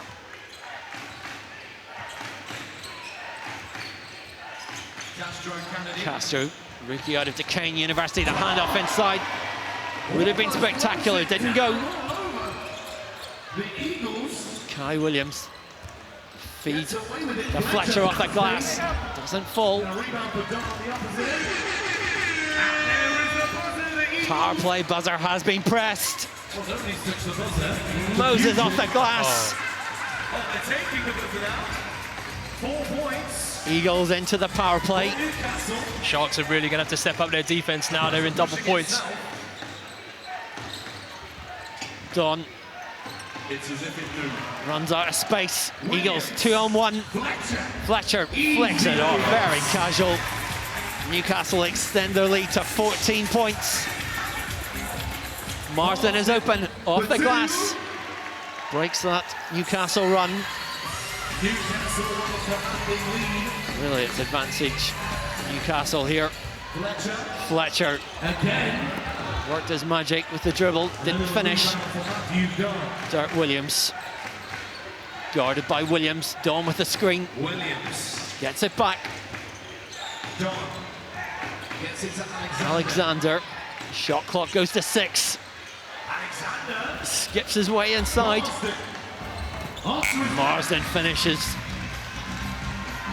This is the really interesting thing about this championship is the points in this. I mean, right now we've got Newcastle in the power play with the double points, so they're trying to get their shots quite quickly before that time runs out. But Sheffield also they want to eat up the clock so that Newcastle don't have enough shots, but I don't know, it's really tough to try and gauge the pace in which you play once that power play's been pressed. Moses open. Doesn't convert. Of course, the interesting thing about the power play is neither team able to make a substitution. And a lot of coaches I spoke to this week said it's not even so much about who we've got on the floor. Sometimes we will see a lineup of the other team and we want to keep them on the floor. Newcastle's lineup very effective at the moment. Fletcher with the miss. 3 seconds left on this power play for Newcastle. Now, Williams charged it into his namesake. Lasker fouled at the other end. Newcastle now able to make some changes. Kyle Williams comes in, Jeremy Smith checking in. As for Sheffield, the captain Mike Tuck returning to the floor. Playing what might be his final season in the BBL. 10 years with the Sharks. Love to end it with some prizes. Today his first opportunity. Deep shot from Kai Williams goes in. Extends the Eagles' lead. Power play buzzer is pressed by Atiba Lyons. The Sharks coach thought his team were about to score. They yet might. Dirk Williams tempting Kyle Williams. Jumper. Short. Now here's the thing with Sharks, now they're in the power play. Obviously they need to make the shots, but they've got to value their shot selection. Otherwise it's just wasted time. On top of that, they've got to get in passing lanes. They've got to take the ball out of Newcastle's hand as much as possible. Well, you really got to move. The speed is of the essence during a power play as well. Get up the court, set, and then make your move. Dirk Williams, the inbounder. Castro tuck run interference, gets the open shot. 6 points, that is worth. 7 points now the deficit. Tuck open top of the key, took full advantage. Now let's see how they respond defensively. They've got to get down in a stance. They've got to make a difference on defense and get possession back. Defoe with the miss. Newcastle's longest serving player on the floor. I mean, that's tough. That's really tough. Trying to force a play there. You're in the power play. You've got to have a little bit more composure than that. Kyle Williams short. 25 seconds left on the shot clock. On the power play clock, and Dirk Williams taking advantage. Huge. 1 point's the difference. Huge shot. 6 points, such a swing. Williams. Oh, they could. 5 on the power play. Can Leslie Smith take advantage? No! Maybe that a sign of the rust. Came in just at the last minute this week. So the power plays are over. It is a shootout, 1 point the difference, 4 minutes to play. Tuck with the scoop, doesn't fall. Now the Sharks are in the lead. Sharks lead. Smith, shorten that attempt. Leslie Smith now. Lost it as he went up. Offensive foul is called against Leslie Smith. Darius Defoe just got set there in time. Now Newcastle really need to think carefully. We're just over 3 minutes left, down by 1. I fancy them in a regular game, but now with the and Sheffield. No, can Tuck still dunk it? Well, maybe not. 2 points and 2 points, Mark. 14, 16 straight points for Newcastle. Yeah, fantastic. Sheffield, that ended now. Jeremy Smith breaks the run. Fantastic take there by Smith. And we are even once more. 3 to play. Sharks on 14 fouls though. Alexander. Martin. Tuck the handoff to Dirk Williams. Swing pass back to Tuck. Alexander waiting. Tuck inside, swatted away. Great defensive play by Victor Moses. Fantastic. I mean, right there in the clutch. Moses there with the block. And I remember their first game, Moses hit a big 3 in that third overtime. Moses had such a great season with Cheshire Phoenix 3 years ago. Didn't play last year though. Played in the Portuguese league the year before that. Great summer pickup for the Eagles as they try to get back to the summit of British basketball. Drew the foul as he went in. Team fouls now apply. Lasker swung inside. Foul called on the floor, goes against Castro. And these fouls are going to make a difference now. Intensity goes up. You lose a little bit of composure. Give away points with these fouls. There's a penalty now for team fouls. Jeremy Smith has it. 6 on the shot clock. Drives inside. What a tough play. Yeah, tough play. I mean, Jeremy Smith's a scorer. We saw him put up some great numbers against the City Royals just last week. He's been a great addition to the Newcastle Eagles. 80 seconds to go in this game. Newcastle within reach of the semi-finals. Alexander Marsden. Marsden doesn't make it. And that's going to hurt. 1 minute 10 seconds left to go. That's really going to hurt. Fletcher seems to have been on the court every second today. Floor general is back. Lasker, the kick out to Moses. Scoops it up, 2 on the shot clock, took it. Fletcher, board. Fantastic. What team hustle play from Newcastle Eagles. Kai Williams with a finish, 6 points the lead. No wonder. 9 points in a row for Newcastle. And no wonder Fletcher is on the floor so much for the Eagles. I mean, the way he just creates plays. He creates so much space with his ability to put the ball on the floor and attack. 3-point play though from Dirk Williams gives Sheffield Sharks hope. Half a minute to play in this game. 3 points the differential. Moses guarding Fletcher. Fletcher, the long 2 doesn't go. Smith. Yeah, every possession counts. Yeah. Foul away. Every possession counts here. Sheffield can't afford to give up offensive rebounds there as the Newcastle Eagles grabs another possession. 1 point and possession. The penalty once you're in team fouls. Kai Williams. What a feed, what a finish by Victor Moses. And you know what I really like there? Newcastle, they have fantastic spacing. Spacing is unreal, and it allows these highly skilled players to create off the dribble and find the open player. Well, what a game that was from Ramon Fletcher. Newcastle Eagles joining London Lions in the semi-finals here this afternoon. Sheffield Sharks will need one more win if they are to join those pair in the last four. Ramon Fletcher getting his hugs there from assistant coach Dave Forrester. Sharks losing by 6, and an impressive and ominous performance from last season's semi-beaten finalists here. Newcastle Eagles down at courtside, and Benny has Ramon Fletcher. Thank you, Mark. Ramon, the first game was a bit tough. I saw you falling all over the place. You've come back second game. You guys are through to the semi-finals. How does it feel? It feels good. You know, that first game was tough. It's all about momentum.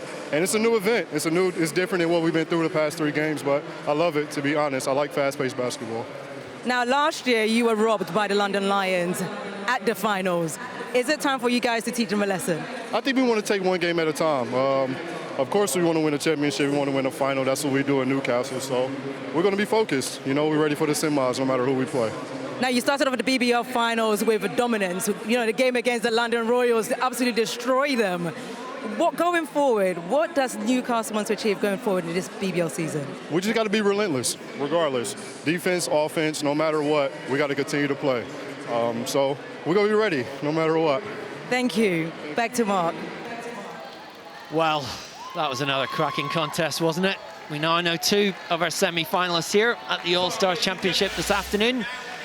There's Hearts shaping up at the moment.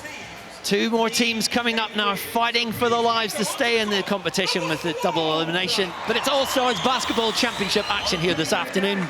And 2 teams who need a win to stay in this tournament. The Worcester Wolves in white against the Surrey Scorchers in blue. Whelan drove inside, drew the foul. Worcester really needing to bounce back. They lost their first game to London Lions 45-6. Surrey were beaten by 11 by Bristol Flyers. Double elimination format means if you lose 2, you go home. So a battle for survival here. Absolutely. I mean, you know, and it's been a while since they've played. They played the first game, Worcester, and you know, it'd be nice to see them really come out strong and change the pace for themselves in this tournament. In this tournament last year, it was Surrey that won out when these 2 met. Rules with an entirely new lineup though this season, and a new coach in Taisho on the sideline. See him there analysing his new look team.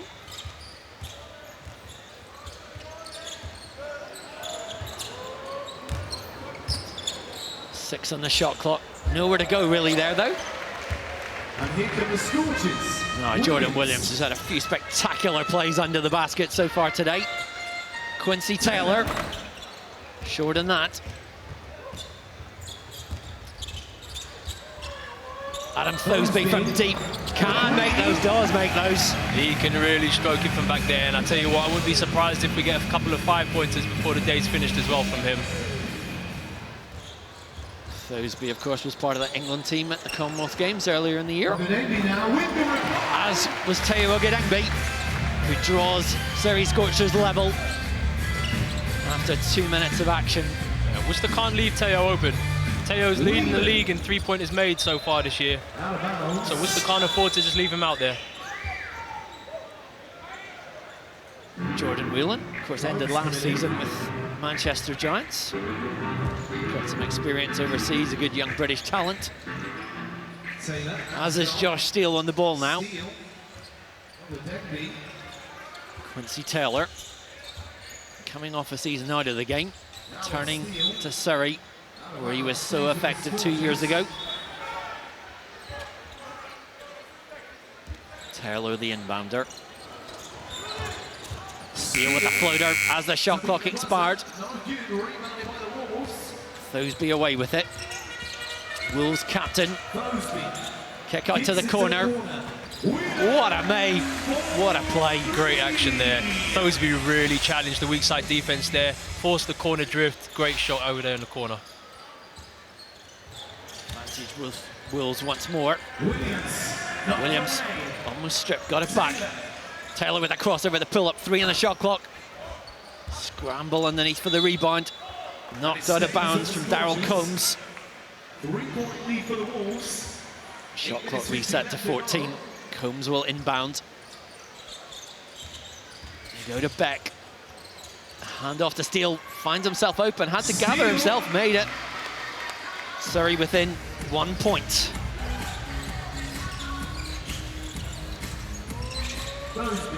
Fosby, sold the fake, Steele the defender. Find inside, Kramer knocks it in. Great look. Everything seems to be going through Thosby at the moment. Williams drove inside. Wouldn't fall that time. Stripped away though. Surrey, second chance opportunity. Ogedengbe passes inside. Beck doesn't finish. Jordan Williams does though. He nearly ripped the rim off right there. Williams, highlight reel today.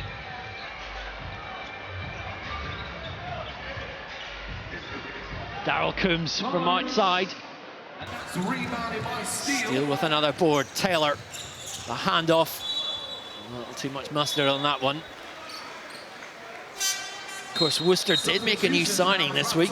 Brought an American forward to Sean Freeman. Couldn't get him in time for today, so effectively one American short. Surrey without Henry Wilkins, who's out with an ankle sprain. Crawford misses. I can see Coach Creon over there. He's testing that button and he's pressed the button here. Here he goes. Just in time. I don't know if did they count that? Power play is on for Surrey Scorchers.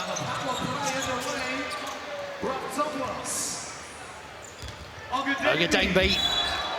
Foul is committed by Philip Kramer. 4 points for the Scorchers. 4 points that is worth. Yeah, and this is their opportunity for the Scorchers to really run up the score as much as possible. They want to turn the pace up, create more fast breaks, but again, that comes with some high-intensity defense. 10 points in a row for Surrey. Well, you like the intent there. Just didn't quite make it. Yeah, Miscommunication. That's going to hurt. I mean, this power play is not waiting for anybody. So if they don't, take advantage of this time and each possession, it's going to be a wasted press there. Thosby from way out buries it. 3 cuts the deficit for Worcester to 4. Ogedengbe. Whoa, they needed that one, didn't they? The 6-point basket from the Surrey captain. Let's see it here. Taylor, can he repeat it? Yes, he does. There's something about that spot, Mark. They've made 3 out of 3 from there. Back-to-back Sixers. 16 points, suddenly the advantage. Yeah, maybe they can get another one here. Taylor extends the lead by another 4. This is a great run by Surrey. Surrey pushing the pace. 15 seconds left on the power play. Lost it as they went in. Can they get this off? Taylor Ogedengbe, can he throw it down for 4? Yes, he can! Smart play there in the backcourt from Kean Raftopoulos. Alert to the opportunity. Now the Wolves have to respond. I wonder what's going through Coach Shaw's mind right now. 20 points in a row. And he's pressed it.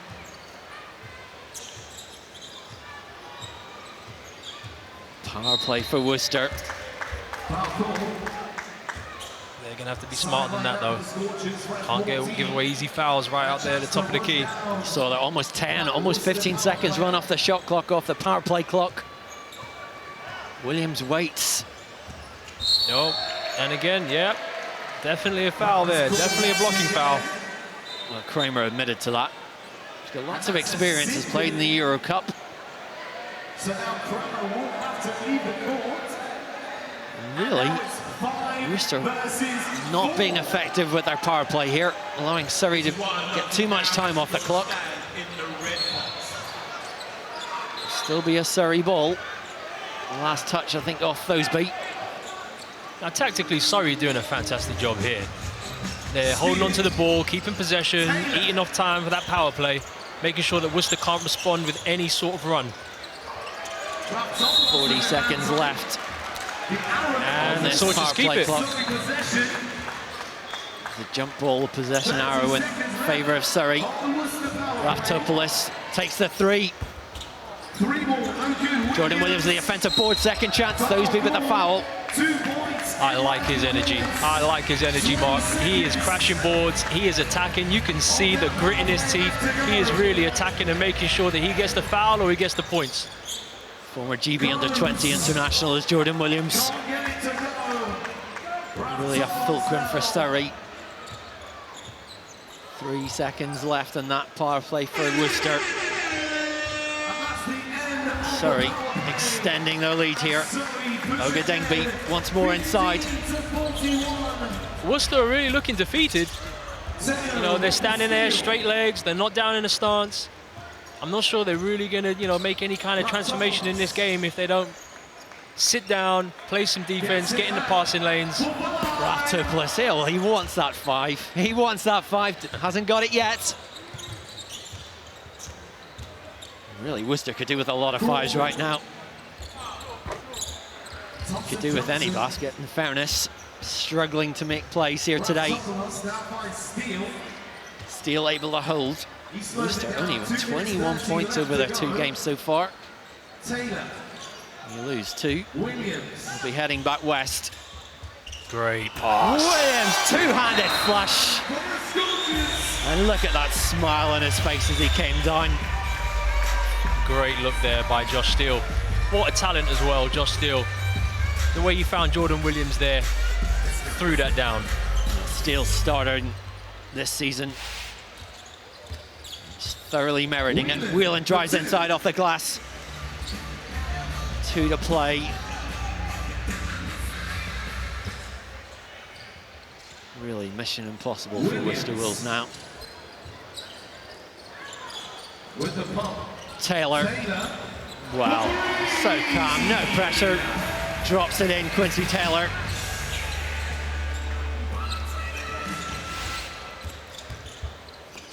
Williams.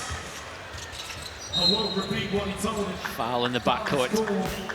Really, that sums up Worcester's afternoon. Yeah. Quite taking advantage of the tactics and fouls. That's right, unfortunately. Against them. They never really got going so far today. I mean, you know, they have the talent. I don't know, they just didn't commit. Alex Kukaraves in for a little taste of the action for Surrey. Raftopoulos didn't make it. 1 minute left on the clock and it takes something special from Worcester. Well, I suppose if you know you're going out, you might as well try and get a 5-pointer. Why not? Get one on your career CV. Raftopoulos. Here he goes. Steele. Williams. Well, he's got everything else this afternoon. Doesn't make it. Whelan at the other end, off the glass reverse, doesn't go. Out of bounds. 30 points. That Surrey lead, and they've thoroughly deserved it. Raftopoulos. Surrey are really taking the sting Gives it out to of this Steele. game. 9 seconds differential, so they'll still have to take this inside. Steele drew the foul. Jordan Whelan fesses up immediately. 17 to 49. Surrey will improve to 1-1. And they remain in contention at this All-Stars Championship. And Williams, once again, has been spectacular. He goes for 5. Does he get 5? Well, it would have been the perfect way to cap off a very fine performance. Gets the high 5s from his teammates, and why not for that? Surrey Scorchers red hot in this game. And Worcester Wolves, we have to say, unable to bear their claws in this contest. They will survive, though, to fight another day. And down at courtside is their coach, Kieran Raftopoulos, who's with Benny Bonson. Thank you, Mark. Coach Kieran, through to the semi-finals. How do you feel? A lot better than last year. Last year never went so smoothly. Obviously, to get this win means a lot to the guys. Happy we played a little bit of defense. Last year you were very animated on the side, and now you're through to the semi-finals. What do you guys need to do to stay there or go forward? I think it's more just about taking one game at a time. Feeding off the crowd's energy has been fantastic today, and then hopefully we can go as far as possible. Thank you very much, Coach. Thank you. Thank you very much, Benny. Well, it's been spectacular there from Surrey Scorchers. The crowd here, gripped by this action here this afternoon. We have 2 semi-finalists confirmed, and they are last season's finalists on course for a potential rematch. Newcastle Eagles and London Lions through already. Worcester Wolves, the first team to be eliminated. And here, 2 teams that lost their opening games earlier, fighting for survival.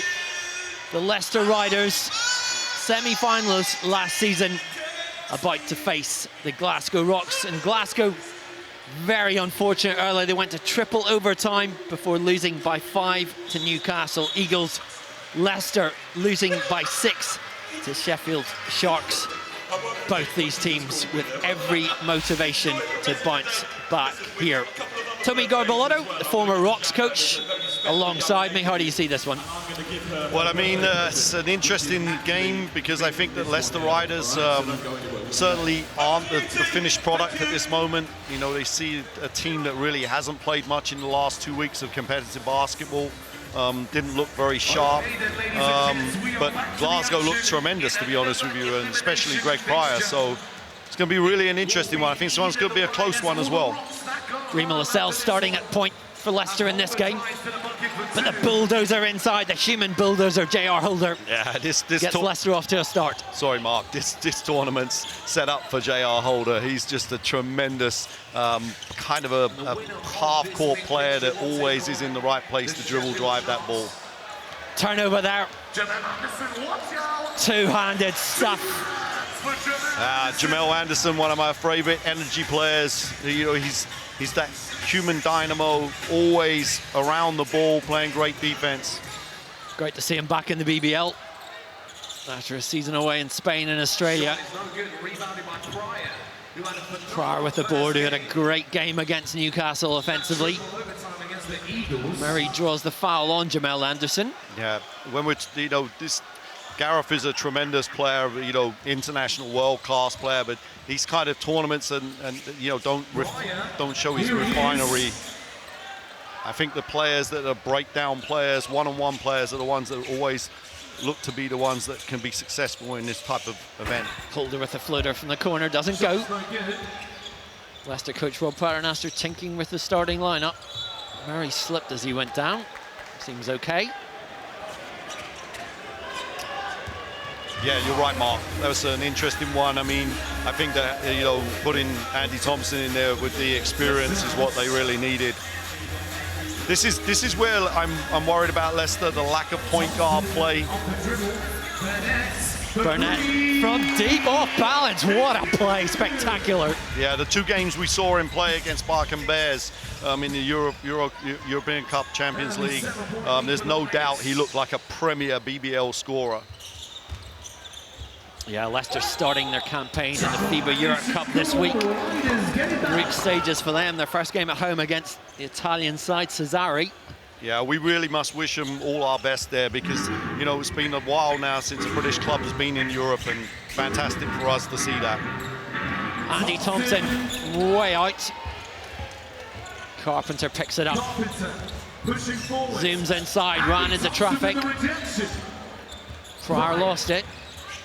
Doing it, Njai, the Norwegian, the floater inside, tries to get Glasgow off the mark, can't make it. Leicester's defense standing tall. Holder inside. Well, it would have been spectacular. It would have been spectacular. You don't get points for creativity, it's not ice skating. No. You got to finish it. Fraser inside, gets some room, spun off.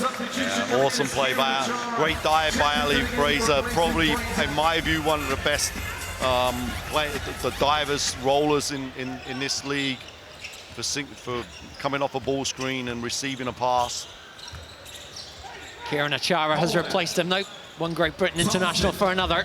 Yeah, there's Kieran's strength. I thought he played a really good first game. Njai. I don't know if that was a pass for Achara. Anyway, Leicester recover. Anderson. Thompson hands it up. Holder open. Yeah, not his strength. Can hit the free, but is really a guy that... Carpenter for 3. Carpenter from late, way out. likes that spot, hasn't made it today though. No, you're right. He has really performed well in the first games. Really, Carpenter's the guy that like to try and get out in transition, get early shots. Thompson. Yeah, good defense by Glasgow there. Newcastle fans like that one. Of course, we mentioned the FIBA Europe Cup. We should say the sad news today that FIBA Secretary General Patrick Bowman dying at the very youthful age of 51. Yeah, unbelievable. Very sad for the whole basketball community. He's been quiet so far, but there he is getting to the bucket.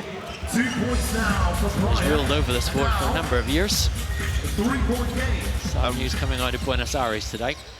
Holder. Leicester on offense once more. Holder inside the drop pass in, finished by Andy Thompson. And is that a Paternostro with his finger on the buzzer? Yeah, as the ball was going up. 4 points that was worth now. What can Rocks do to minimise the advantage? What can Leicester do to capitalise? Sorry, Mark. Now we see what they're up to. Burnett's speed, 6 points, that's worth it.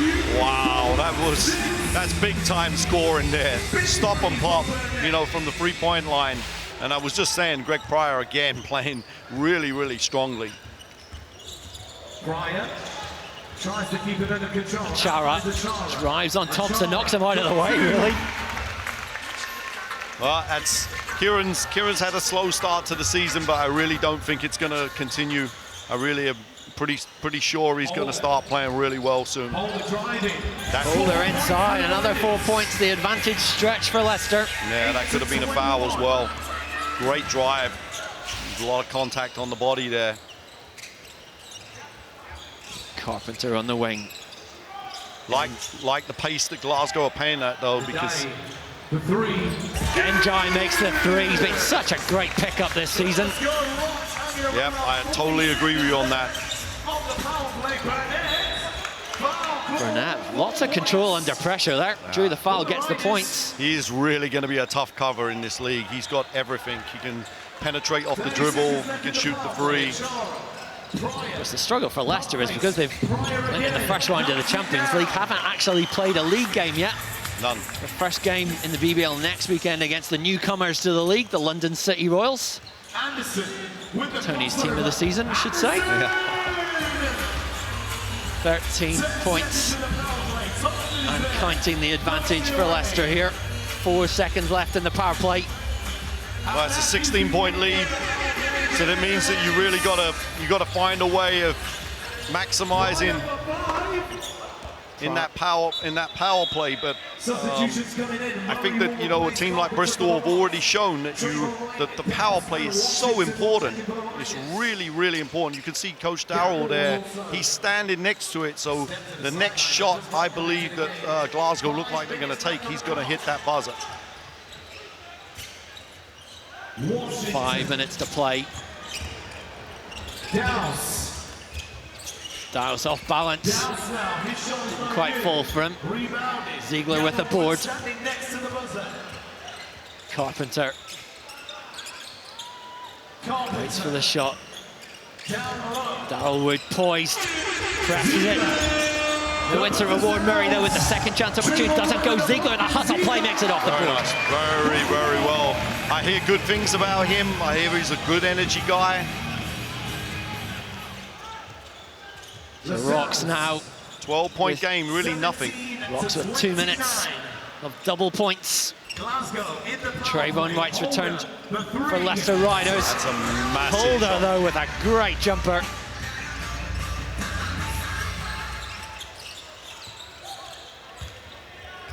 Ziegler inside once more, can't finish. Yeah. You know, I like him. It's tough play. Leicester here, just taking some time off the clock, finding their best players, their best offensive players. Holder from deep once more. Carpenter picks it up. Rocks playing the pace here. Murray goes for 6. Stalls. Not quite sharp enough, I think, to the second chance opportunity there. Yeah. For Dowse. Gets the ball over half court. That takes the shot clock to 14. Murray guarding him. Dice had such a great first season at Leicester last year. No, Pryor has been much quieter in this game offensively. Can he get off the mark? Not yet. Takes his own rebound. Yeah, nice defensive there from Leicester. Glasgow just look a little bit flat. You know, triple overtime game. That was a really emotional game as well. I mean, maybe to just a touch off. They played just such a great game, that first one. Holder, aerial 3, 1 second and the shot, and he nails the 3. If anything needed an instant replay, it was that shot. It's just incredible. 2 left on the power play. Pryor will have to take it, doesn't get it off in time. Back to regulation scoring for Glasgow.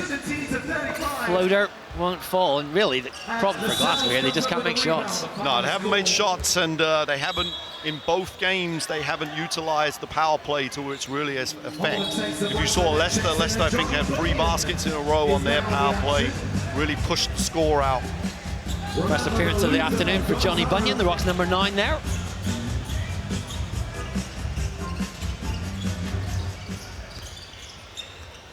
And the winner will take on step over move. This guy's going to be a handful for the league, there's no question about it. He is a premier scorer, both right and left hand. And Kieran is one of the best defenders on switches. Foul called against him there. Trayvon Wright. Bunyan, the inbounder, the catch and shoot from Carpenter doesn't go. I think the wind firmly out of Glasgow's sails here. Yeah, a little bit of experience from Leicester, really understanding, you know, time, score. Up top, Burnett, Murray. And Jai on the break. Keeps it in play, jumps into the chairs. Almost takes out Coach Creole. Carpenter goes to Murray, the corner shot, he likes that spot. On the 3-pointer. Is fouled on the 3-pointer. Good call by Keith Williams. Gareth getting fouled on a 3-point shot. Snaps an 8-0 run from the Riders. Dowse able to slow the pace. 40 seconds left to go. Burnett. Well, Rebounded by Carpenter. doesn't really count at this point in time. No. Carpenter, hand up to Njai. Why not try for 5? No go though. Connor Washington let it slip through his fingers. 18 seconds to play. What's the odds on Carpenter going for 5 here? Or Kieran Achara. Oh, Johnny Bunyan. Forced to go for the floater, makes it baseline, Johnny Bunyan. 5, 4, 6, the clock stops. 5. But Dowse can hold this. 3, 2, 1. Will he get a 5 to punctuate this? Not quite. But 15 points, the victory for Leicester Riders. Their campaign here at the British Basketball All-Stars Championship stays alive. The Rocks, with 2 defeats, are bounced out of the competition, and it'll be a long flight back home to Glasgow this evening for them. The Riders there were efficient, they were effective, and they keep themselves alive in this competition. Let's head down to courtside, where Benny has got one of the victors with her. I'm here. Oh, hi. Oh, sorry. I'm so sorry, because I was just talking to you. Jamal, welcome back to the All-Star. How does it feel to be back? Yeah, it's my first time, so this is really exciting for me. I've really enjoyed today, and yeah, the high intensity has been great. Darrows, I mean, you've had a great game this game. What does Leicester Riders need to do to go through to the finals? Just continue doing what we just did there. The first game, you know, that was the first thing that we played since 3 weeks, so, you know, we had to get back into it, but just continue playing hard, rebounding. Now, you guys are in Europe now, and you're flying the flag for the UK. How does it feel to be going into Europe and, you know, competing against some of the best out there? Yeah, we love to hoop, man. Like, you know, we got a full team of guys that are ready to play every day. So the fact that we get to play more on top of the BBL is great, and we're really looking forward to the next game. Yeah, pretty much. Just like you said, we're competitors. Like, we always want to play. We want to continue playing as long as we can. Congrats to the next round. Well, that's the Leicester Riders, still alive at this All-Stars Championship. Every game means something from now on today here at the Copper Box. And you see there, 2 semi-finalists confirmed in Newcastle Eagles and London Lions. Another one to be confirmed here, and it's a rematch. It's Bristol Flyers against Surrey Scorchers. And earlier, it was Bristol who ran out victors by 43 points to 32. But now we're a bit more in the flow of things. Tony Garboletto alongside me. How does this change maybe the momentum when you've seen what the other team have to offer? Well, I think that, first of all, we've had some great, exciting basketball here on Sky Sports. And we've got some really good games coming up. These are the money games. I think that Surrey really weren't focused in that first game. Bristol, I really had them as a dark horse, so I felt that their team looks good. But I think now I'm expecting a possession game here, really a close one. Bristol in red, Surrey in blue. Demario Beck up against Marcus Delpeche at the jump. Possibly the player of the tournament so far, Jordan Williams on the ball for the Surrey Scorchers. Jordan Williams, the kick out to Teo Gadengbe, the catch and shoot from the Surrey Scorchers captain, doesn't fall. Teo really hasn't got into the event yet. He's really struggled. They haven't really found him, but he can be a guy that can really put points on the board. Lob pass inside was intended for Tevin Falson. He gets the start in this game. Bristol coach Andreas Kapoulas changing things around a little bit here. Surrey taking advantage of the turnover, the kick out, steal inside to Ogadengbe. Can he get off the mark? Yes, he can. Absolutely fantastic. Textbook fast break basketball with great spacing, hitting the trailing tail for the layup. Great basketball. Good start by Surrey. Surrey coach Queen Raftopoulos turning 44 next Wednesday. Wouldn't mind an early birthday present. Some prizes and a bit of prize money this afternoon. Absolutely. There's Falzon, who I actually felt has played pretty good for in those first 2 games. Ogadengbe with a nice little feed. Finished by Demario Beck. His first season out of college. Delpeche under the basket. Got the muscle, though, say, to get in there. We're tied again. Yeah, the level of defense from both of those teams got to step up, though. I think that that's what's separating the London Lions, the Newcastle Eagle type teams, Leicester. Heading to the cross. Break from Falzon. Gives it to Gray.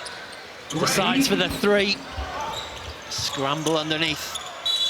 Nice rebounding from Marcus Delpeche.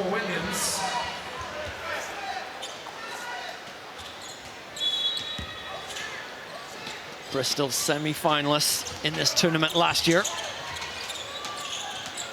Still in contention. Kick out to Gray. 6 on the shot clock, took it, didn't go. Yeah, nice out-of-bounds play, though, run by Bristol. Got to take advantage of that, though. Ogadengbe fouled as he went in. Veteran presence. Surrey now in the lead by 2. Lead goes the way of Surrey once more. Shot doesn't fall for Falzon. No. Williams is playing point center today, almost drops it in and gets that. As I said in the first game, the Scout boys on Jordan Williams, you've got to get up and you've got to put a lot of bodies in the lane because he's got great ability to put the ball on the floor for a big guy. Well, that was a tough foul. Got to hurt a bit there. Yeah. Lewis champion. With a great game winner in the BBL against Worcester a couple of weeks ago. Young player who's taking the most of his opportunity in the BBL this year. Especially with Jalen McLeod being unavailable through injury for this tournament. Steal the feed. Williams. Well, points on the board. Plenty today for Jordan Williams, that time through a foul. Yeah, again, not particularly good defense. Justin Gray with a jumper. Yeah. you know, the fans might look at that shot and think that that's quite a reckless type shot, but that's actually Justin Gray's move, that kind of step back jump, mid-range jumper. Williams back for two. Back with the offensive board off Williams' miss. Excellent effort by Demario Brett. 5 points. The Surrey lead. 5-point opportunity. Just short. Not far off it. Now, Coach Kouopoulos has to hit that buzzer. Who hit it first? The question is, right now, both of them went to Andreas Kapila saying it was him, Kriyan Raftopoulos saying it was me. And it was Bristol Flyers. It's adjudged. They've got their hands on that golden buzzer. So their power play underway. So it is Bristol who are in the power play. No, it is Bristol. Yeah, you're right, Mark. That's a big shot. There, a 6-pointer. Justin Gray. Bristol within 4. There's no way that Coach Andreas was not going to hit that button first after the last game. Taylor accelerates off the glass. I think the sort of tempo of this tournament, he's so quick, this really should suit him. Yeah, should, absolutely. Raymond Fletcher type player. Short in that attempt. Bristol still down by 6, a minute left on their power play. Coach Creon's got the power play to come. Really going to be big for this Surrey team. Williams drove inside. He's inevitably going to take the foul. It's against Gray. 3 team fouls now on Bristol Flyers. 30 seconds left in their power play. Really need to take advantage of it. Champion nearly stumbled. Kick out to Gray. Can he get 6 off balance? Doesn't. No. Really, this was a boxing match. Surrey would have won this power play on points. Taylor has an opportunity to get points on the board. Settles for the jump shot. Doesn't go. Yeah, but Surrey have done their job. They've controlled the pace. They played good defense. They haven't given up many plays. Bristol just haven't scored enough on the power play. Doesn't fall, and the power play ends. Now, Kriyan Raftopoulos has pressed the power play golden buzzer. Surrey on double points for the next 2 minutes. Williams, the kick out, steal, high. Beck almost took the board. Instead, Bristol come away with it. Champion has it. You have to believe it's... Has time, has room. You have plenty of room between him and the basket, though. Sorry, Mark. You have to believe that it's advantage Surrey, but you know, if the teams are still not scoring on this power play.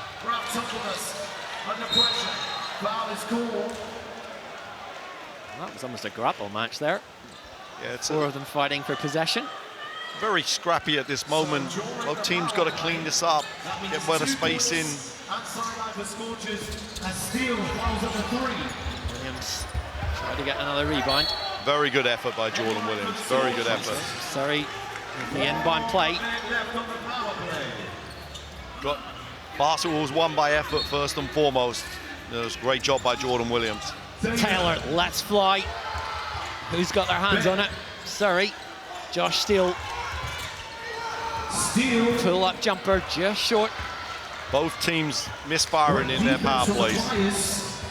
But 10-point game. 30 seconds left in Surrey's power play. Scorchers may be bringing in Nick Lewis, I hear, this week to add to their roster. Yeah. What they've got today is Josh Steele throwing it down. Coach Creon really into this game. He definitely really wants this win. 15 seconds left on the power play. Really should have made that. 4 points of begging. We won't want to remember that shot tonight. Surrey's power play finishes, fouls on. That's 2 more points for Bristol. 12 points. The Surrey lead, 3:15 to play. Scorchers by 12. In a critical game for both these teams at the All-Stars Championship. Basket is good. Yeah, you know, Gray just off the court. See the foul again, Tony. He's so tough. You know, I'm not 100% sure that one was a definite, but he is a really tough cover for these teams in this league.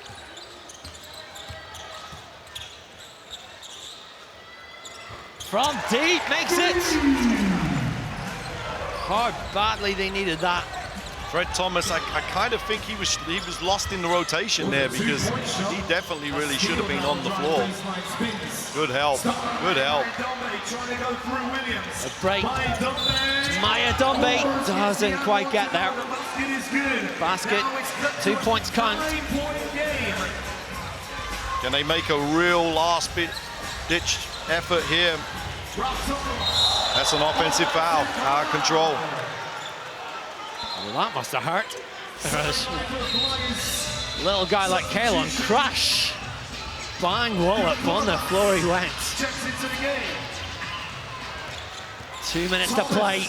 Bristol need points, they need them quickly. Wow, that's a 3-point shot, score on the foul. What a foul to give there. 6 points, suddenly the differential. 8 points in a row for the Bristol Flyers. And now we have a sin bin situation. Williams is in the sin bin. They definitely need to stop the clock. That's the first thing, no?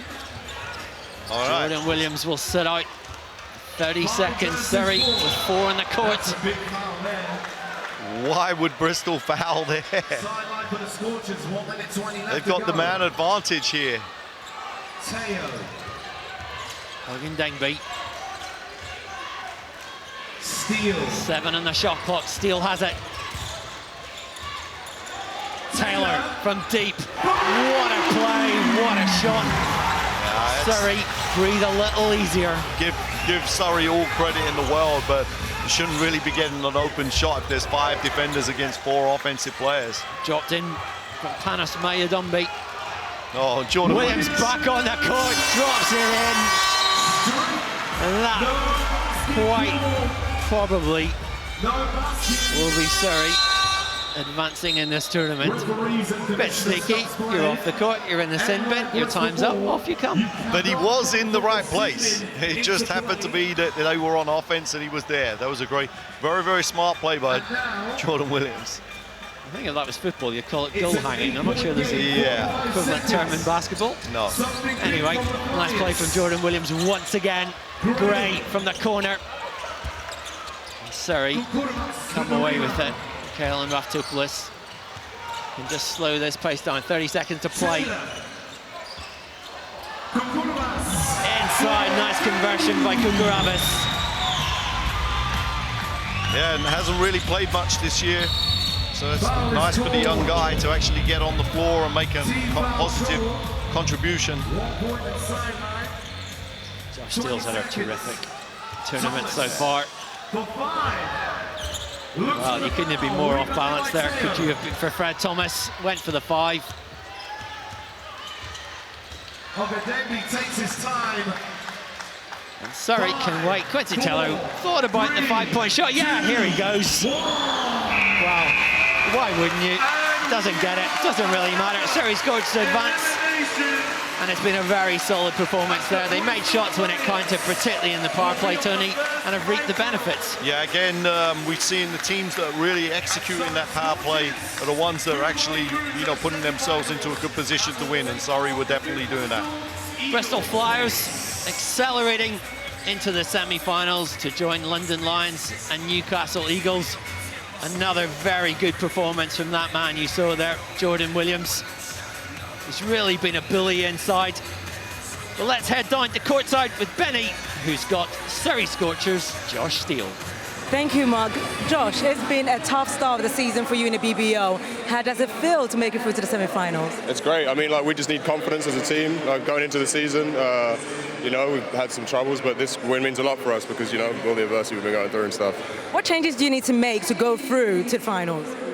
We just need to keep doing what we're doing. Like, not focus on anything else. Keep doing what we're doing, which has been staying composed and, you know, taking the best shots possible. Are you enjoying the All-Star so far? Yeah. It's good fun. It's interesting. It's not like normal basketball, so it's good to do something different. Thank you, Josh. No problem. Thank you.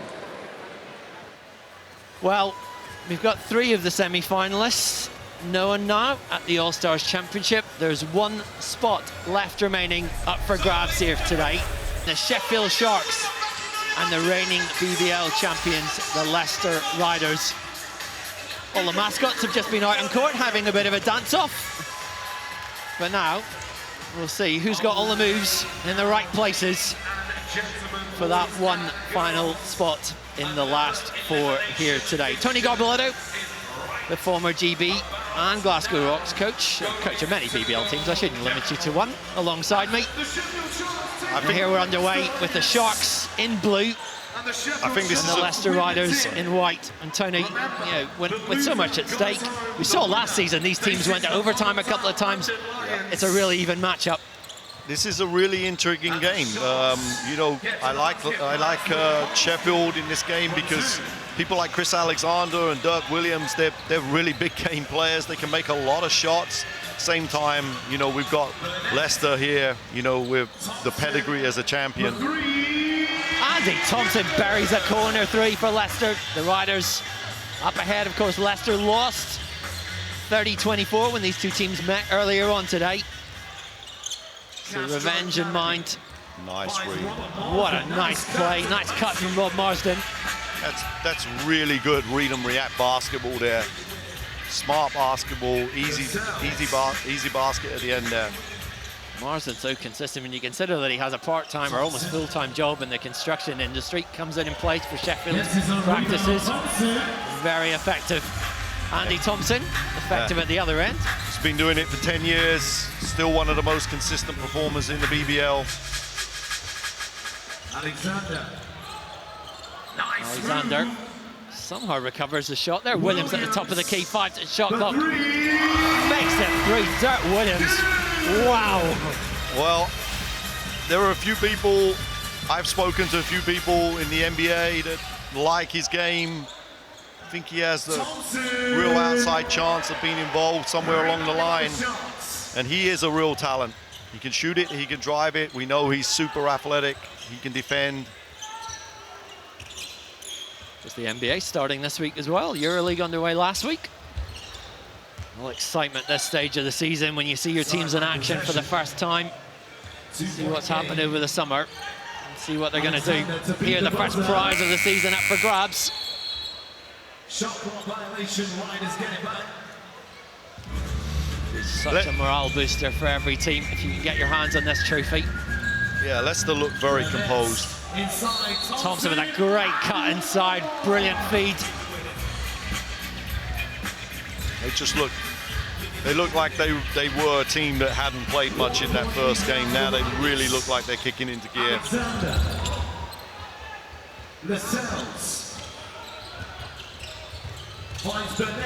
Holder, 3-point attempt, 3-point make. He's had a great day. That's outstanding basketball, spacing, making the extra pass, all of the type of things that you want. Now they're playing defense, the length of this team.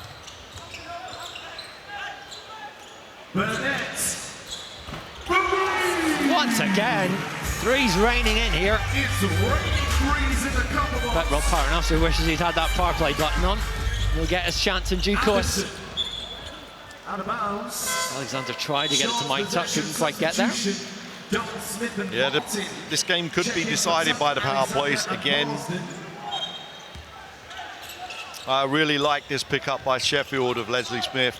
I think he's going to make a big difference to their team. Yeah, started the season in Germany's second tier, became available. And T-Balance very happy to bring him in. Holder with the miss. Matthew Don, Leslie Smith checking in for Sheffield. Williams gets himself free. Sharks recover, goes to Castro. 3 in the shot clock, off balance, makes it. What a tough shot. That was a tough shot on the shot clock buzzer. He's a very, very interesting player, almost a throwback player. Everything with him is mainly around the mid-range, very good with the dribble.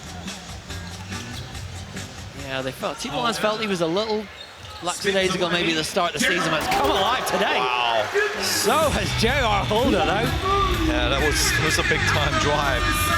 Drops that in. 7 points the advantage for Leicester.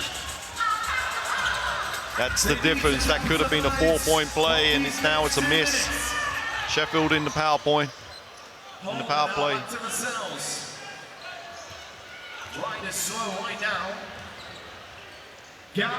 Harrison Gamble is open. Rebound comes back to Lascelles. DeAndre Burnett running as much time off the clock as he possibly can during this Sheffield power play. Now pulls the trigger. Scramble underneath. Jamal Anderson again with the board. These effort plays, they don't just give you another possession, they're also really disheartening to the defensive team. Holder. Quite casual there. Jamal Anderson, lots of attention during the Commonwealth Games when he posed his girlfriend on the court. Georgia Jones, the GB international. No date set, we understand, as yet. Power couple of British basketball. Power drive there from Burnett, doesn't go. They've got to score here. Smith off the glass, doesn't go once more. That big body inside takes up lots of room, can't convert. Yeah. Just looking at him, I don't think he's fully fit at this moment. But, you know, like I said, he's going to be a real handful inside. Just 4 points off the power play for Sheffield. There's 15 seconds left on it. Leicester with possession. Anderson goes. Lascelles with a very smart board. That will bring this Sheffield power play to its end. Burnett off the window, doesn't go for him. 2 layups, give them Sheffield an outside chance. Castro almost had more room than he thought was expecting there. Drops it in. Nay, Castro, young, the rookie. Power play press by Rob Paternoster of Leicester Riders. Foul called. You know, it's great effort by Jamal Anderson, but you know what I love to see about young English players is seeing them learn, and you know, he sold that foul, and now look at that effort to get there, go to his strengths. Jamal Anderson off the inbound. Extends Leicester's lead to 5. Under 5 to play here. That was a big 2 plays by him.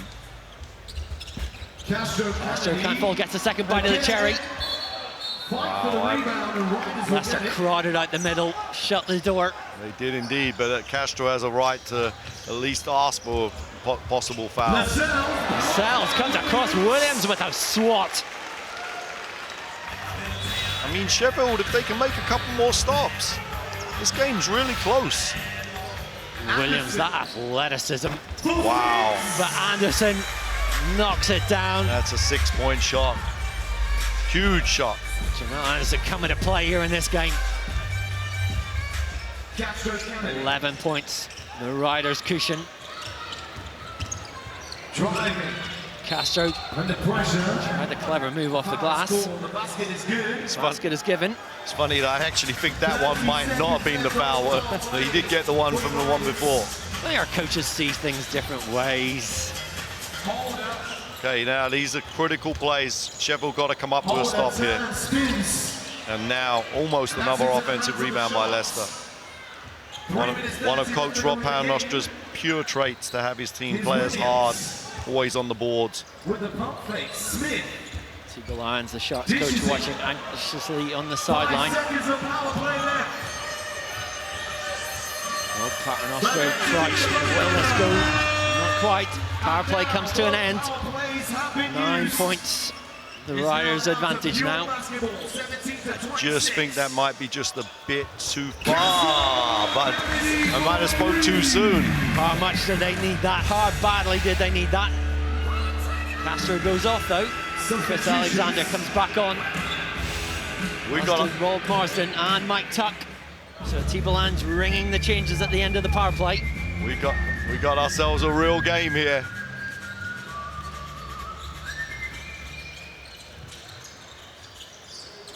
Connor Washington. Now with themselves. Leicester reset. Can take their time. 8 on the shot clock. Right. Up high, guarded by Alexander. Crowd, the double team comes, 1 in the shot clock, had to take it. Andy Thompson with a great offensive board. Those 3 or 4 offensive rebounds have won them the game if they win. Holder for 3. Dagger. Beyond the dagger. You just cannot give up those boards. Massive rebounding by both Andy Thompson and Jamel Anderson. Put them in a great position to win this game. And this really valuable match practice for Leicester today. Haven't had 10 players to practice properly. Using this as the warm-up for the second chapter of their European adventure this week. Yeah, Trayvon Wright doesn't look fit either. He looks like he's carrying a knot. Yeah, Wright had a knee problem over the last couple of weeks. Hasn't been able to practice for the team.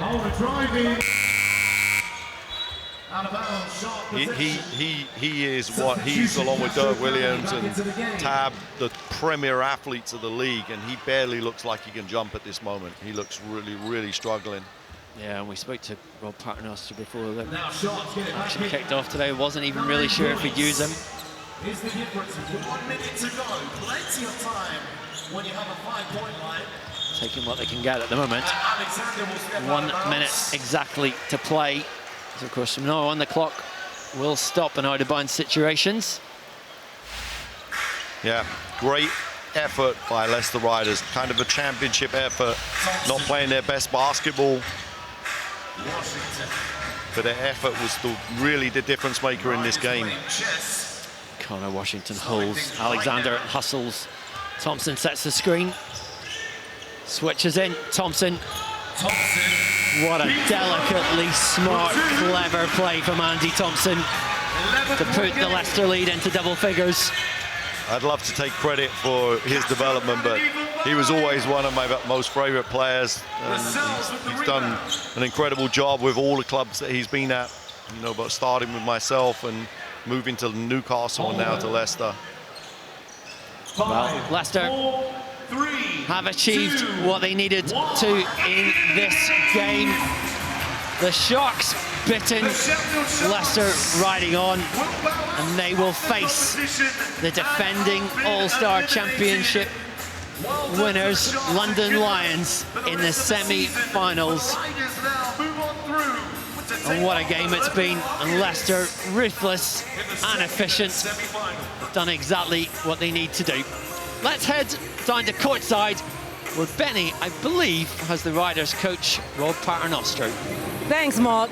Coach Rob, you're through to the semi-finals. How excited are you? Because last year you were very animated on the side. Yeah, it was good. I mean, you know, we haven't played a game in 3 weeks, so we're just getting our rhythm back. I think first game you saw that. Last 2, we're getting a little more comfortable with the competition.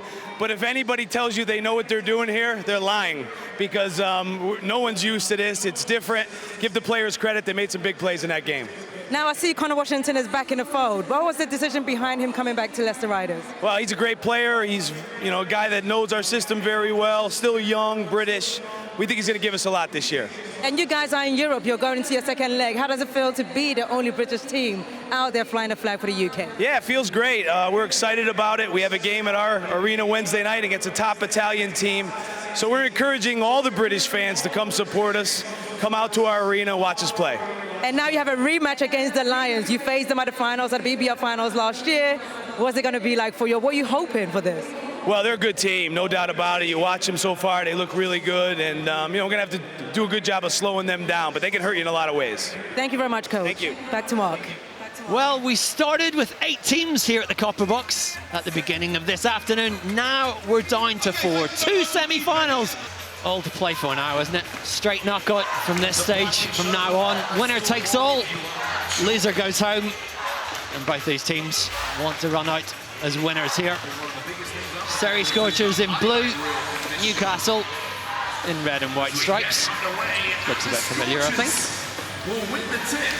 And a contender for the MVP of this tournament. Into action for Surrey. Jordan Williams backing down in the post. Shot doesn't fall. Drew Lasker starting this game alongside Ramon Fletcher in the Eagles' backcourt. Inside play though, finished off by Victor Moses. Yeah, he doesn't have the same athletic ability as he had when he was here at Chester, but he is a premier athlete. That was a spectacular finish on what was probably not a great pass. Jordan Williams with a hook shot. He's just been everywhere this afternoon. Yeah, he has indeed. One thing for the viewers to watch is the potentially some fatigue from Surrey, and also in that next semi-final, because you know they have been playing that extra game and very close to this. Newcastle have had a little break. Nice hands from Kai Williams. Nice hustle play from Kai Williams. Josh Steele will inbound for the Scorchers. Quincy Taylor is backcourt partner. All speed, takes the pull-up jumper, makes it. First lead of the game for Surrey. Yeah, nice ball, nice single ball screen. Poorly defended, but stripped away by Taylor. Taylor pushing forward. Surrey leading the BBL in scoring in this early part of the season. So we know they've got firepower. Challenge for them still to contain this high-flying Eagles offense, particularly the man in the middle there, number 44, Ramon Fletcher. Well, I thought you made a good point, though, about Quincy Taylor. This is his type of event. He's going up against Ramon Fletcher, this kind of size to size. I like it. Josh Steele from way out. Had to take it as the shot clock came down, didn't make it. That point guard battle there. Fletcher against Taylor. Surely decisive in this game. Victor Moses drives on Jordan Williams, pull back. Taylor able to set up Surrey once more. Thought there was a gap. Still got the foul. Once again, Ramon Fletcher.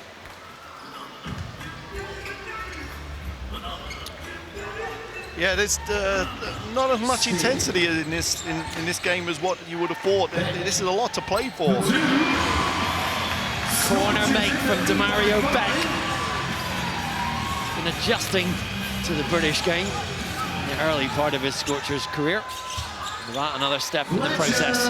Fletcher from outside. Beck with the board this time at the other end. Nicely run play by Newcastle, but no end product. Taylor. A good thing, beat. Fade away. Off balance, didn't fall for him.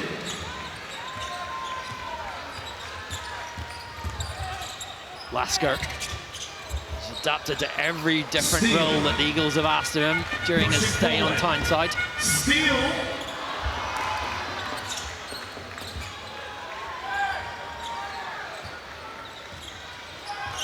Lasker also coaching one of the junior teams now in Newcastle as they build their pyramid.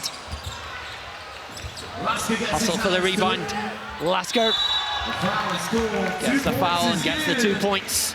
So, you know, in these games, which, you know, could come down to 1 or 2 possessions, those extra possessions you get, another offensive rebound, a little bit like Leicester in the last game, you know, really doing a good job of keeping that possession alive, and then Lasker drawing the foul. Jeremy Smith has checked in for Newcastle on defensive duties now at the top of the key up against Teo Gadembi. The handoff to Quincy Taylor. Williams with the screen. Thought about getting it back, instead Taylor goes solo.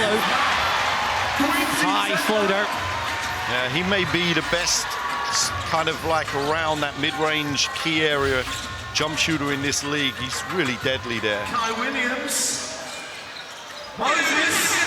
Inside from Moses, and the power play buzzer is pressed by Eagles assistant coach Dave Forrester. And that was a massive offensive rebound again from Victor Moses, but I'm not sure, it doesn't seem like that got counted as a 4-point play. Inside, what a feed! Moses parted the sea, and he went. And definitely that was a 4-point play. High into the air he went. Spectacular. Eagles ahead for the first time. 1:25 left on their power play. Williams high off the glass and gets it. That's a big... No hanging around for Newcastle. Too fast there. Fraction more patience. Instead, it's a turnover. That was a big time play. And Mark, you're really spot on. You know, Jordan Williams has really been one of the players of this tournament. We haven't really seen much from London Lions. They played their 2 games. They've actually been sitting for a long while. And you really got to like the fact he's been very confident on the ball out in the perimeter as well, which you don't often see at other times, but I suppose there is a self-belief issue there.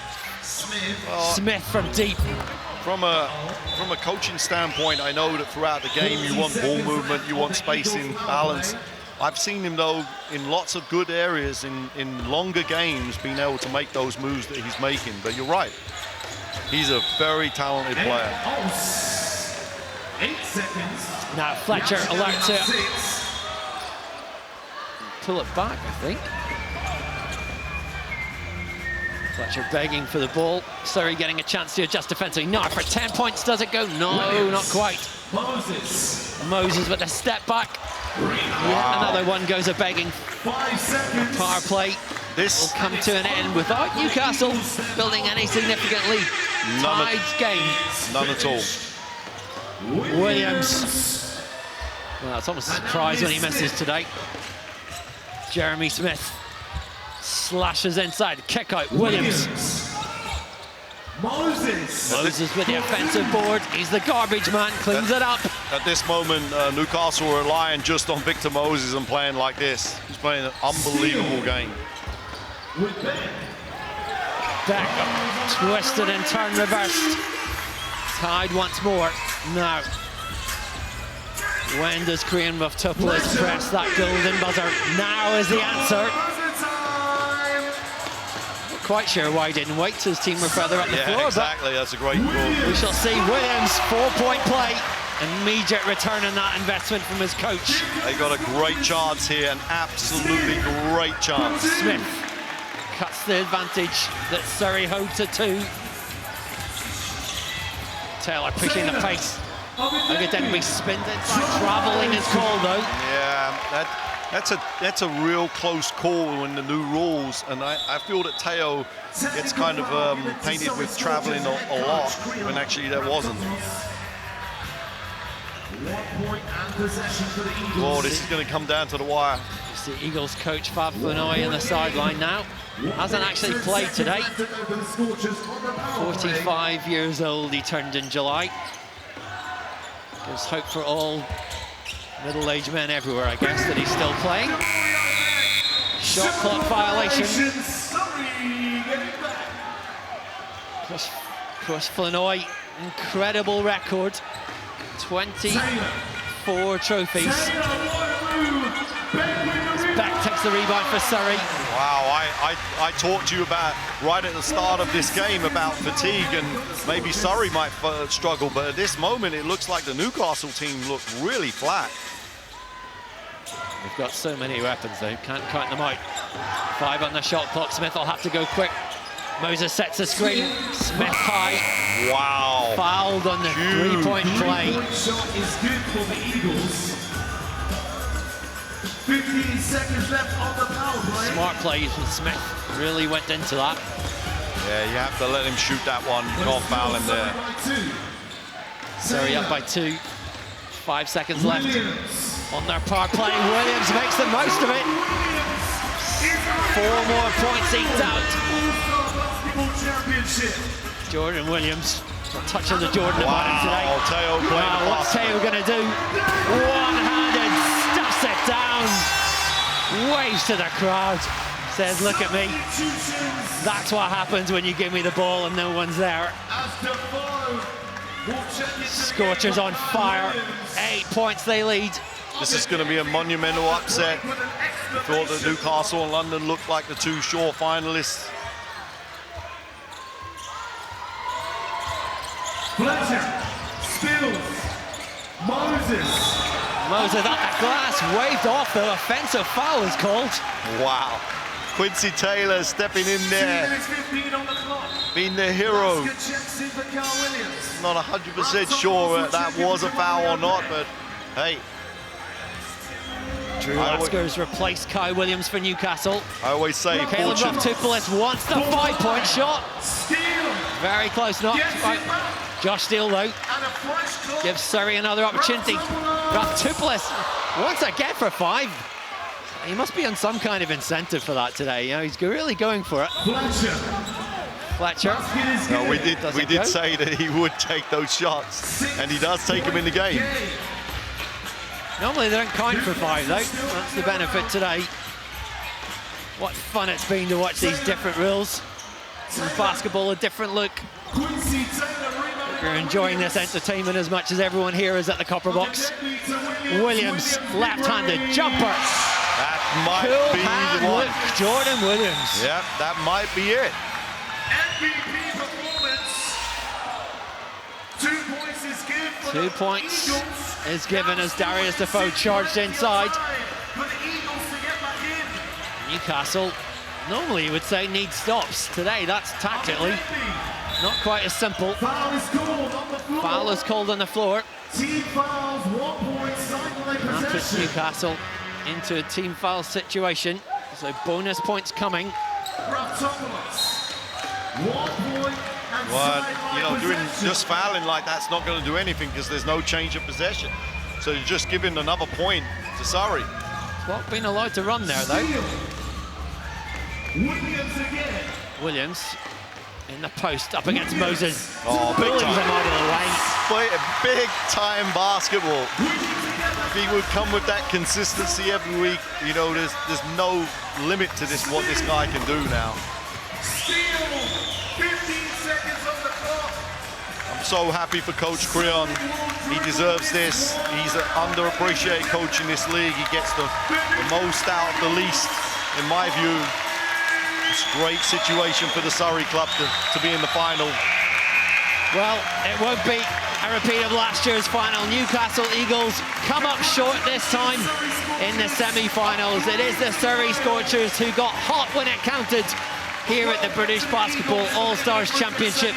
It is they who will be moving onwards. It is Eagles who will be flying back north short of this prize here today. And well-deserved respect between each of these teams. They battled and they competed, and it was Surrey ultimately who came out on top. They move on to the final, and let's get down to courtside. And Benny, we'll see what the Scorchers have to say. Thank you, Mark. Teo, a tough start of the season. You come to the All-Star and you knock out the dominant team in the BBL so far. How are you feeling? I'm feeling good at the moment. Credit to Newcastle, they played well. We've had a tough start to the season, so it feels good to come out and beat some teams right now. Now, you've been doing a lot of work with Coach Maitland over the summer, and you can clearly see it because you are leading a 3-point shot in the BBL at the moment. What do you guys need to do to win this championship? I mean, in terms of that, my team has just been finding me. I've been working hard in the summer. We just need to keep gelling and keep getting better. We're not taking anything for granted. We're just trying to get better every day. The All-Star basketball, how are you enjoying it? Oh, it's awesome, man. It's not often things like this come around, so I'm just grasping it with 2 hands, running with it. It's a lot of fun. The most important thing I told my team is let's just go out there and have fun. And as you guys can see, that's what we're doing. How proud of you of your dad? Thank you very much, Teo. Thank you, thank you. Well, reluctant screen presence there, Teo's daughter, but her dad certainly lighting up the Copper Box today. The Surrey Scorchers, their first team through to the final of the 2018 British Basketball All-Stars.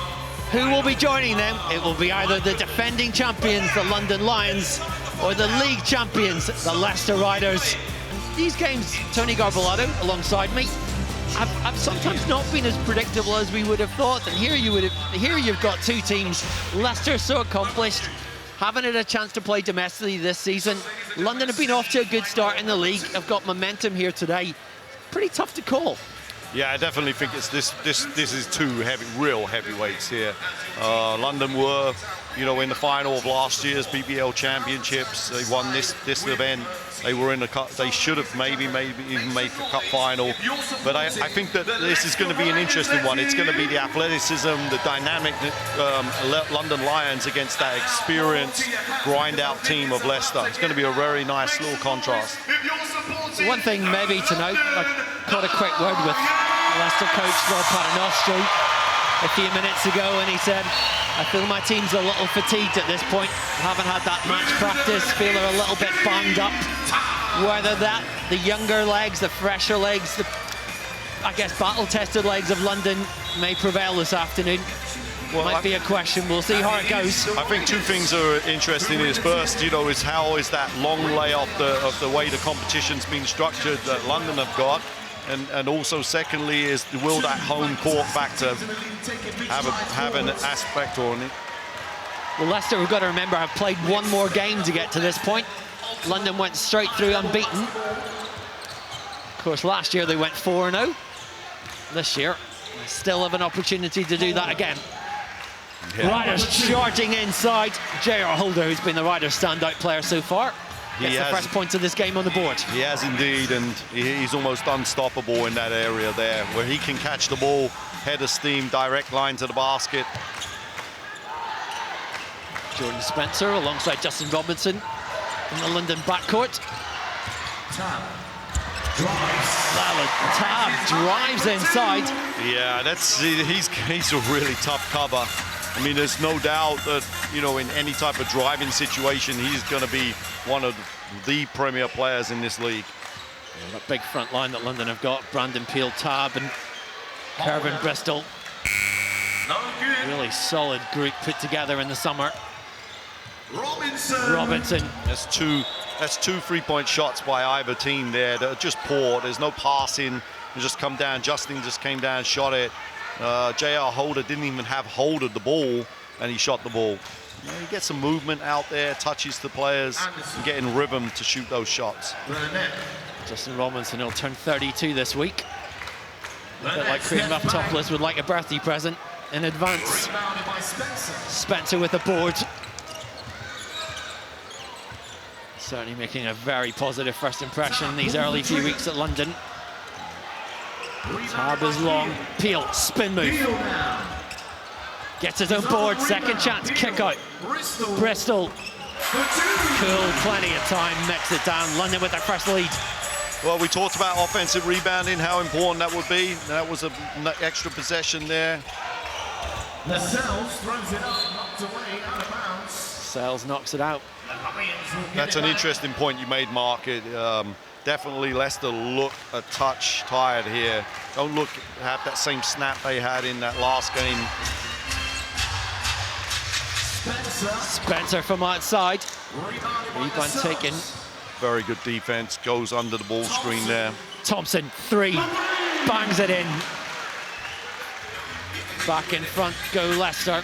He's made some big plays in this tournament already. Of course, Leicester coping without Pierre Hampton, who's still injured. Yeah. May not be back for the start of their European campaign, we understand. Such a big factor for them over the last couple of seasons. Burnett. Well, I thought it'd come off. It would have been pretty special. Instead, it'll be an end-line ball for London. Connor Washington checks in. So this is replace Burnett for Leicester. Sorry, Tony. No, this is going to show you a little microcosm of what's going to happen in this league this year, especially with Leicester. You know, they brought Connor Washington in for just this situation, to be able to guard someone like Justin. It's been an exciting start to the league this year. You look at London and Newcastle have been very good. Leicester, we don't know, but we'll know they'll be good. And then all those other teams behind them, really very even so far. And it threatens to be very, very competitive over the next 6 months. There will be no real easy games. Not even Manchester. Manchester started the season off well. They're very, you know, much improved. And now we see, you know, Surrey are 1-4, Glasgow 1-4, and those teams are definitely going to be able to win basketball games in this league. So going to be very tough. Great to see your team, London City Royals, coming in. Basketball back at Crystal Palace Lots of good young British talent in there. Some of them are not too young, but good to see it all back together. Maybe they'll be here next year. That's the second turnover by J.R. Holder. Tabbed. Oh, tried to shovel it in, didn't quite go. Nice recovery from Leicester defensively. Thompson, the kick out. Lascelles. Washington. His dad, Tim, was a heck of a player in his day. Washington, kick out. Holder, three, buries it. Looked tired. A couple of silly turnovers from him, but they were big plays. Trayvon Wright replaces Andy Thompson for Leicester. This next minute and a half is going to be really crucial because we're going to find out which team is going to hit that golden buzzer first and put themselves into the power play. London going for extra size with the addition of Paul Guida into the lineup.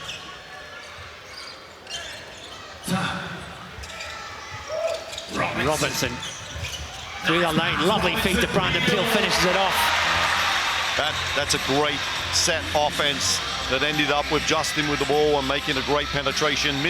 Kept missing shots, so put the ball on the floor. That's what you've got to be able to do, make that reaction.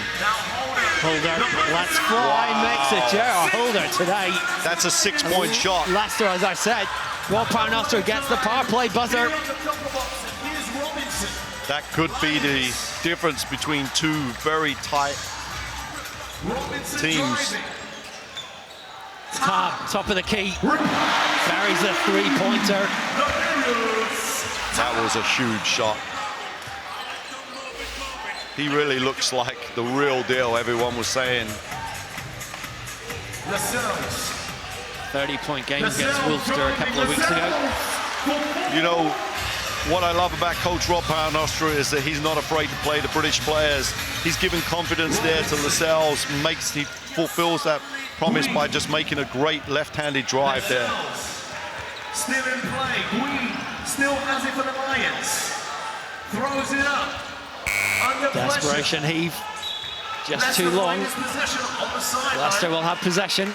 Connor Washington, eager to move play on, make the most of this power play. Holden inside, short tech, gets his own board, kick out, Washington. Trayvon Wright, boxed in. 7 on the shot clock. Washington pulls the trigger on the three, doesn't go.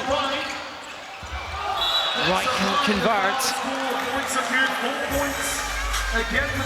Yeah, you can see he hasn't played for 3 weeks, but even his 3 weeks off jump is probably higher than most players. And another possession. Foul gives him 4 points. 13 the lead. 15 seconds left on Leicester's power play. Guide for 3.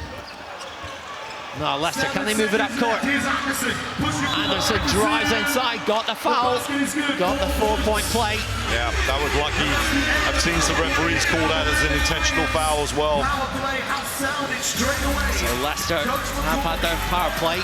Very good and defense. London start theirs. Very good defense. Swipes it down. You know, Trayvon Wright shot the gap. Jamal Anderson shot the gap there for that defensive play, but it was the Lascelles also playing really well. Peel inside, gets the 4-pointer. 1:30 left on London Lions power play.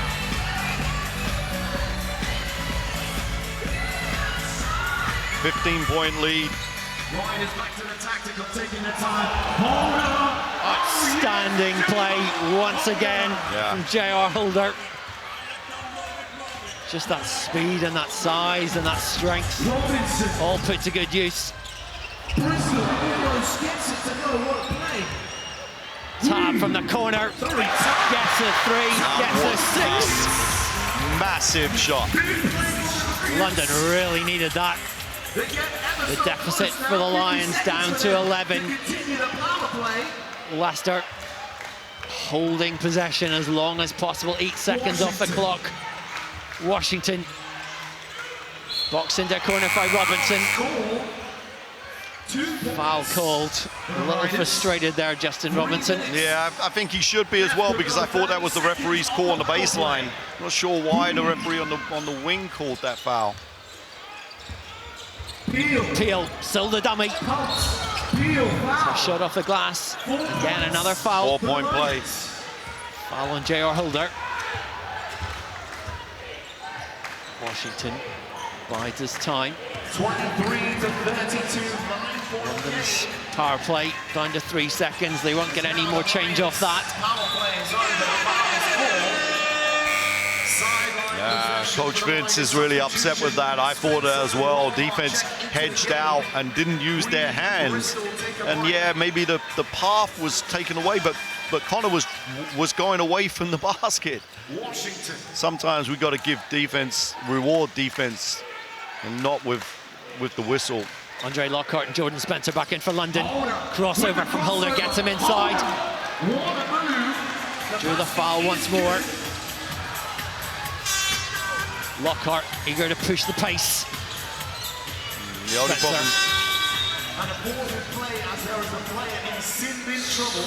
So I've seen a sin bin. One of the London players, I guess, Brandon Peel. Brandon Peel was in 30 seconds off the floor. Actually, to be honest with you, I don't think this actually helps, because as coaches, we don't practice too much 5-on-4, especially from the defensive end. Look at that. Floater goes in. Wow.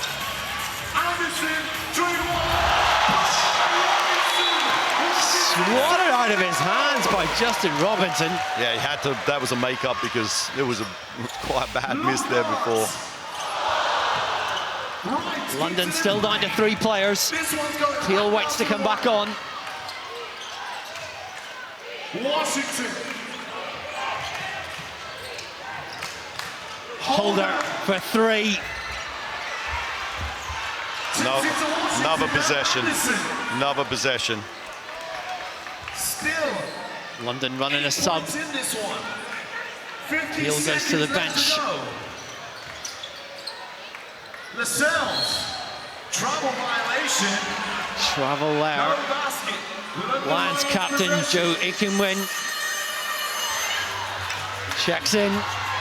Here we go, Spencer from deep. I think he had to do with it. Another board. I think he had to do it, Mark. I mean, they were just down by too many points. Well, you're almost now, you're having to take the fouls and try and make it back. Yeah. The problem is when you foul, you're not actually getting the ball back. Yeah, again. Wow, the referee could have called that foul. That was close. You can make a very good case for that. Instead, Spencer lets fly. Leicester. Well, what a precious rebound. Bundled over Washington now. I'm going to say this. If anyone in the BBL thought that the demise of Leicester Riders was coming, they might as well forget about that. Who could have possibly thought that? Anyway. Champions are not there for a reason. They've done a great job. It's going to be a great final on Sky Sports.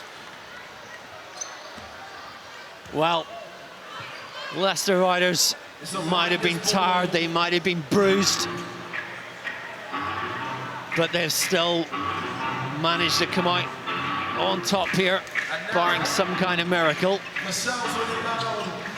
miracle that is not going to come.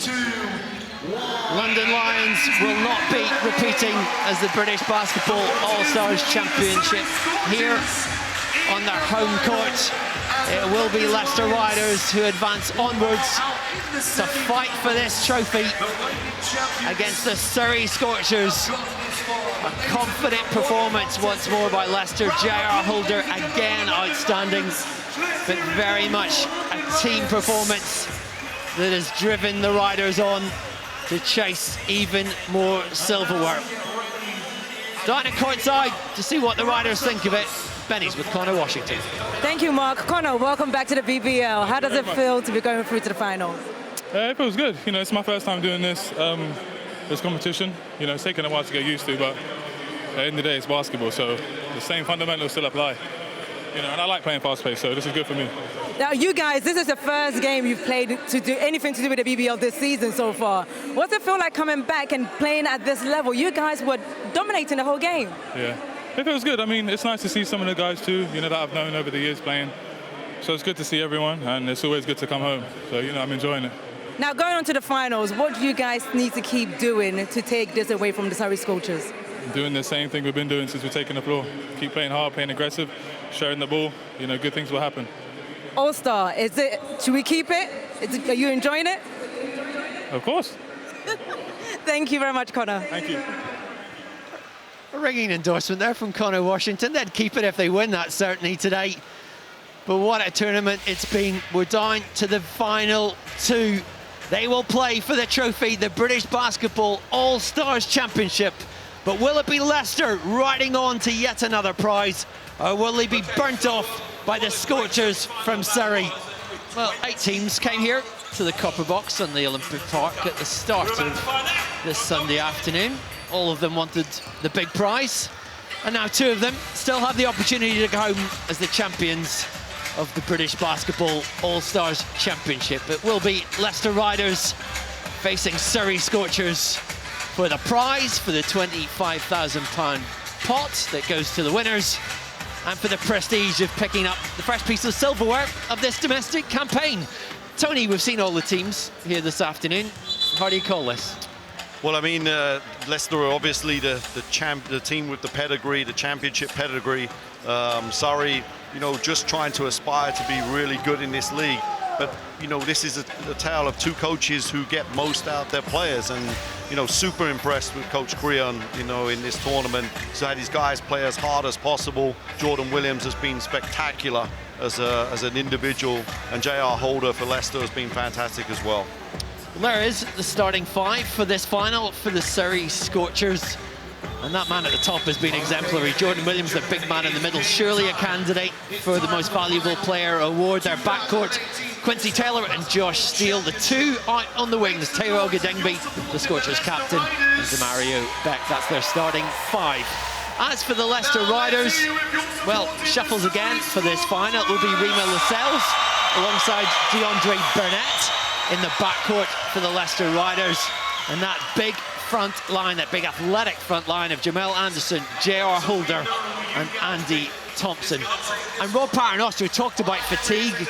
They didn't show it in the semi-finals, and you kind of think with the adrenaline and the incentives in this final, they'll be pushing through anything to put on a contest here. Well, they've got the biggest depth of any team in this in the league, and that's the reason why they needed to put that team together for Europe.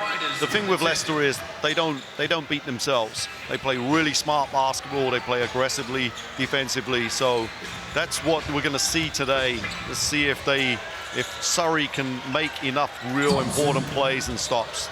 Leicester in white, Surrey in blue. First miss of this final from Riders centre Andy Thompson. Jordan Williams scrambles in the paint. Josh Steele 4 in the shot clock. He'll have to take it. Goes for the 3. Riders ball into the arms of J.R. Holder, who's been outstanding this afternoon. Drives inside. Foul is called, and Teo Ogedengbe says, I can't believe that. Yeah, that's a touch. Blame him. That's a touch disappointing, because the other 2 referees have to get involved and just, you know, maybe give some advice there. I mean, Simon Unsworth definitely saw something, but yeah, I thought that was a hell ball. Beck from outside, doesn't go. Chased down by Lascelles. Thompson on the trail. Hand off to Burnett. Holder for 3. Andy Thompson. Riders recover. Andy Thompson getting another hand on the ball for another possession. Thompson looks for help, gets it from Holder. Finds some room down the middle. Oh, top basket. Riders with this early advantage. You know, we've said it. The Darius Tab, a couple other players, but J.R. Holder is right up there as one of the best offensive players in this league. Second season in Leicester, who concede their first points of this final. Nice hands from Steele. Holder with the ball once more. Holder. 5 in the shot clock. Alert to that opportunity. Takes it. He has that really crafty ability to stop on the dime and then twist and turn. Held his pivot foot really well. Lascelles. Turned over by Surrey, pardon me. Now Burnett. Burnett driving. Rebounded by Williams. Williams on the break, on the charge. Kick out to Quincy Taylor. Has lots of time. Ogedengbe, second chance. Gives it out to Taylor. Not as close that time. No.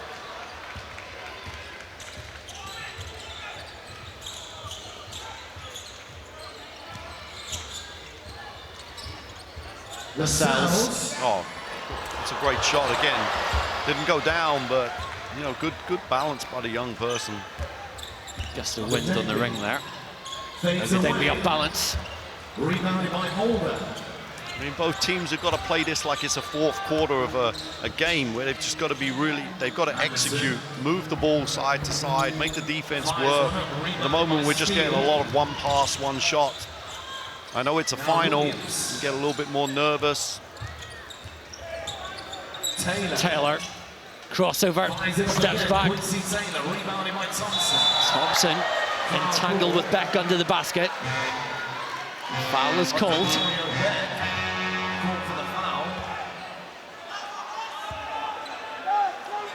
Not a man to be tangled with is Andy Thompson. No, Andy Thompson's actually had a really good tournament. He's chipped some last season through injury, but back to his best this year. Taylor. Very good referee, and that was a goaltend, hit the net. For those viewers that don't fully understand all of the rules. See it again here, as Anderson came across. And at the other end, Anderson off the glass.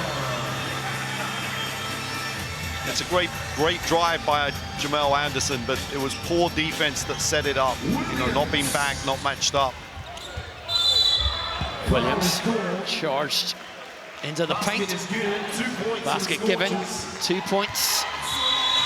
Added to Surrey's tally. 3 points, the Leicester Riders lead. Yeah, you rarely see Leicester break down defensively. Always matched up. Rarely do they give up easy baskets. Kellen Raftopoulos has checked in for Surrey. Holder, the kick out to Connor Washington. High into the air, through the nets. Connor Washington doubles Leicester's tally, and Graham Raftopoulos immediately has started the power play for Surrey Scorchers. Yeah, Coach Creon's really disappointed.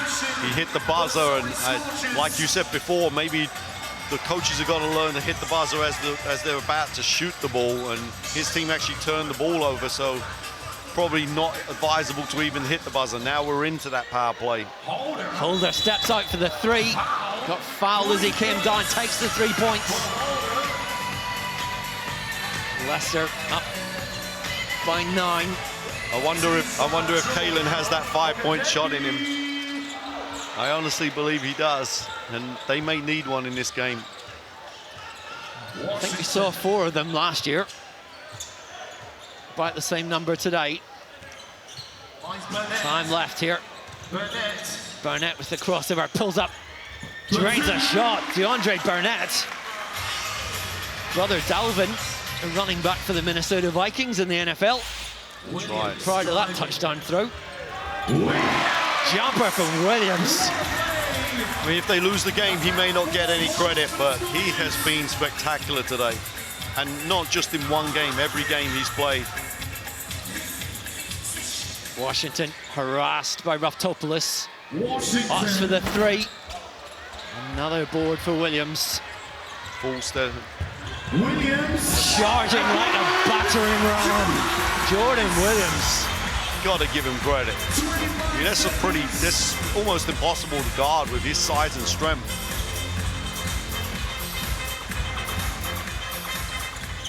Burnett with the pull up. Steele rebounds. 10 seconds on the power play. Great pass. Great pass. Down. KO time. Surrey, for the first time, go ahead. as that power play ends. That was outstanding by Taylor. Great cut, great pass. Power play is over for the Scorchers, and boy did they use Saw it. his son earlier on. Here's Thompson now. Appreciate what Daddy's doing there. Rebound by Williams, and here's Coach Rob's going to have to hit this buzzer though pretty soon. Quincy Taylor on the breakaway. 14 unanswered points for Surrey Scorchers.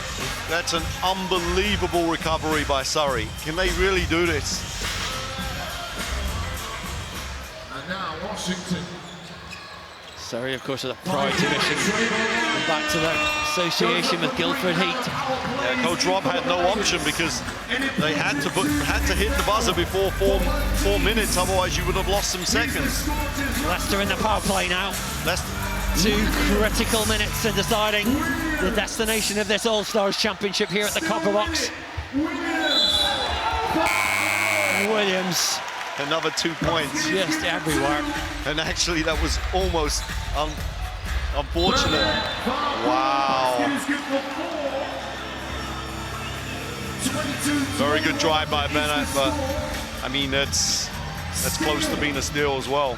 Steal. High shot. Just short. Didn't need to take it so quickly.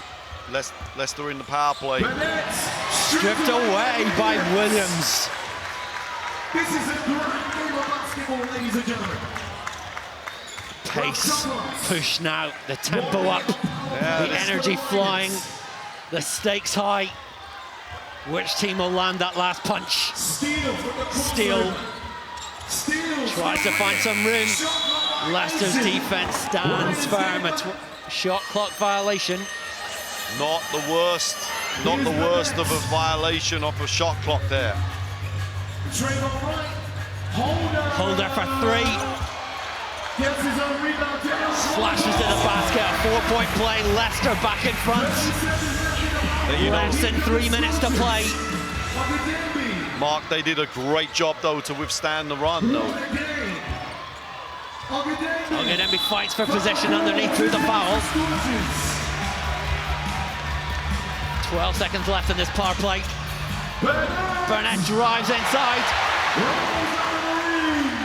Surrey withstood the barrage. The power play comes to an end for Leicester.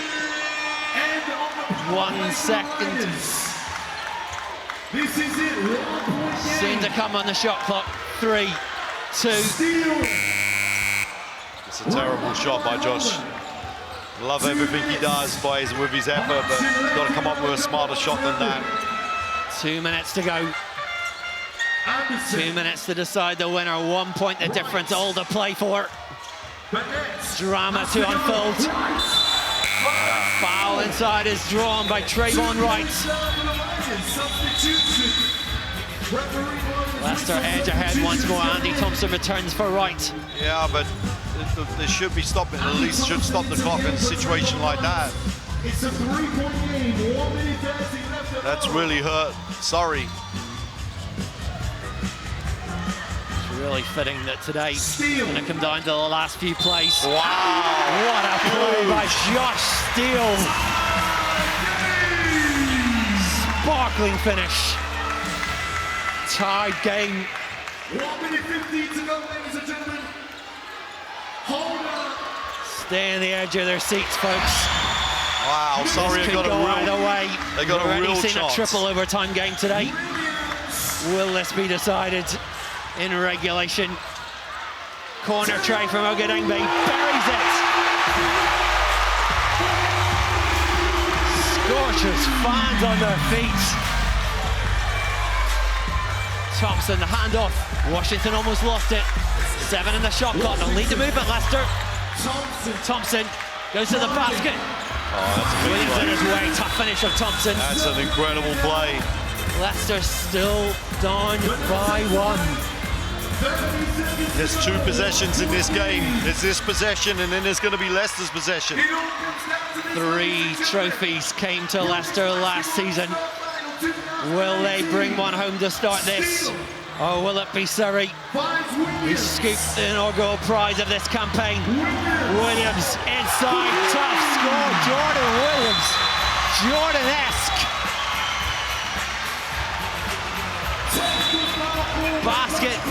good. Wow, it's called a technical foul. Technical call brings Leicester within 2. 7 seconds on the clock. It's a basket. We're going to go to overtime, I think. Tied at 32. Oh, come on now. 4 seconds left. Taylor will try for the spectacular win. Oh, how close was that? Mark, I honestly don't think the Surrey players realized. They thought they were 3 points up, and they don't realize that point was given for the technical foul. Ladies and gentlemen, To overtime. In the final we go. So close there from Quincy Taylor, millimeters away. I honestly don't think he realized, and I think he didn't. If he had, I think he would have tried to push it a little harder. But what a great ending to this tournament. We're going to go to overtime. I don't know how, but we are going to overtime. Don't stick the kettle on just yet, folks. There's more to come, at least another 60 seconds. Oh, I feel really sorry. I feel sorry for Surrey. I feel they did absolutely everything to win this game. The volume up to the max here at the Copper Box. This arena has seen Olympic champions crowned. Well, today, someone's about to strike gold. Will it be Newcastle? Sorry, pardon me. Will it be Surrey Scorchers? Or will it be Leicester Riders? Surrey in blue, Leicester in white. Surrey with the first possession of overtime. Yeah, going to be really important here. But let's go back to Jordan Williams there on the ISO, and you see Leicester all in the lane. Oh, wow. Williams gets inside, gets a three-point play. Whatever happens, a sensational afternoon for Jordan Williams. Surrey, though, lest we forget, on team fouls. Yeah. Just defend the three-point line here. It does not get better than this, ladies and gentlemen. Possession still in Leicester's hands. The kick out, corner, Anderson. Little too long, Lascelles with the recovery. Holders open. Right for the tip out again. Burnett, no. Right. Can't jam it in. Extraordinary. Leicester had 1, 2, 3 chances. 3 offensive rebounds and 3 chances. They have only themselves to blame on that. And now, just Quincy Taylor time. But at the same time, Jordan Williams has been the man. What can happen now? 15 seconds left. Steele on the charge. Doesn't go.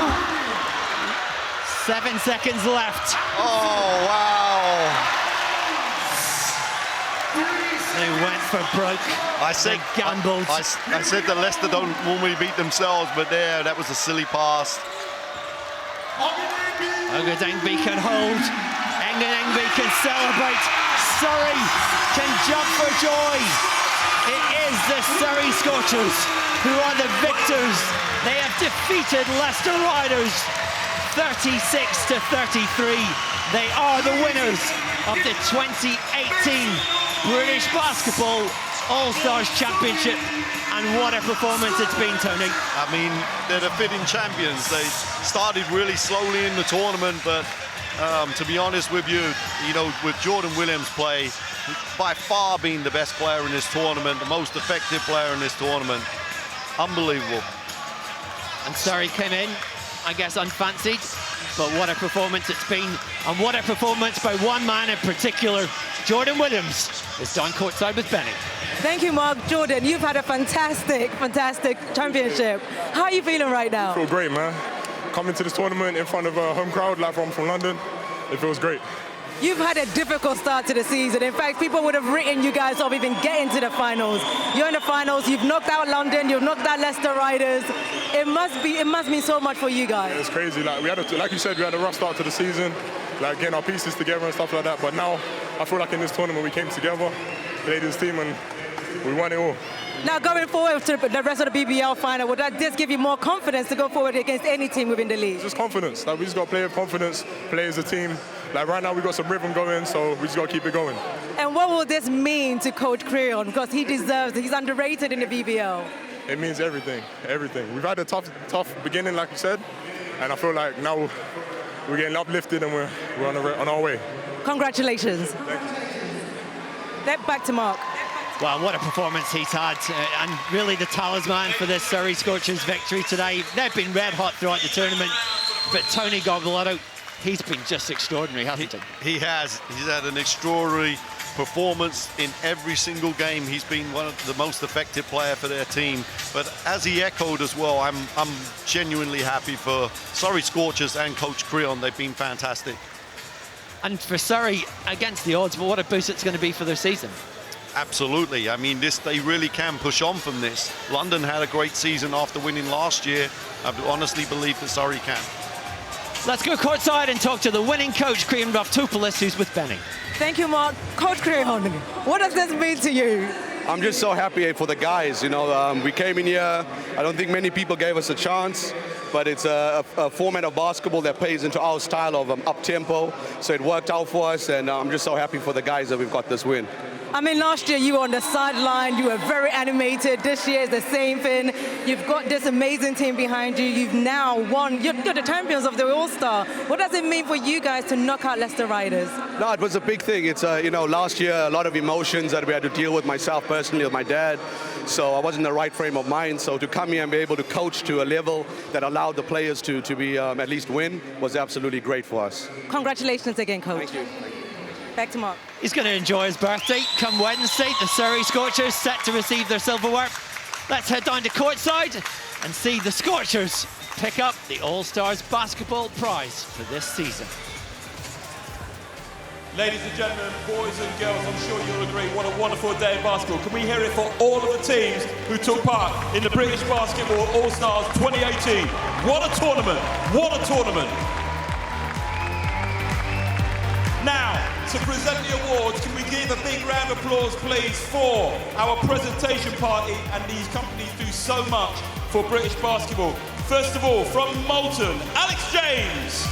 From the BBL, Sir Rodney Walker. And from our good friends and promoters of this game, Matt Porter from Matt Crew. Thank you very much indeed to all of you guys. Now, first of all, we have to do the runners-up.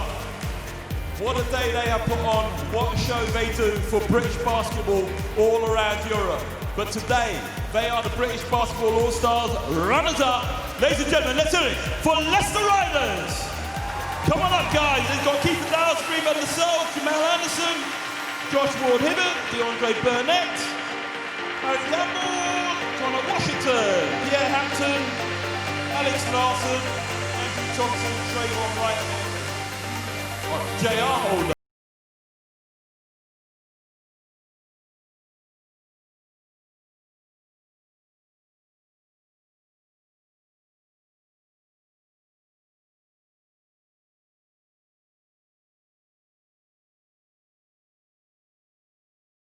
Leicester aren't used to coming off second best. Big season ahead for them when they start their league campaign next weekend. Their European Cup campaign starts this week. But for once today, they've come off second best. And it will be the team from Guildford who step forward to receive this All-Stars Championship prize. And they thoroughly deserve it, you have to say, with their performances here this afternoon. Creon Raftopoulos' men have had a great day. And this man, the tournament most valuable player, he's been all over the floor, scoring, defending, making things happen, and doing the spectacular. Jordan Williams is the MVP of the 2018 All-Stars Championship here at the Copper Box. I hope he's going to crack a smile there. He deserves to. He's been terrific today, as is his team. And what a boost it'll be for Surrey as they look forward to the rest of the season. Moulton Ball is the MVP. Now But no, at the moment, all these Surrey Scorchers fans will have waited for. The time, the moment has come for them to get their hands on the medals. A nice, shiny piece of silverware that will sit somewhere in Surrey Sports Park over the next few weeks to be shown to the fans when the team go back there.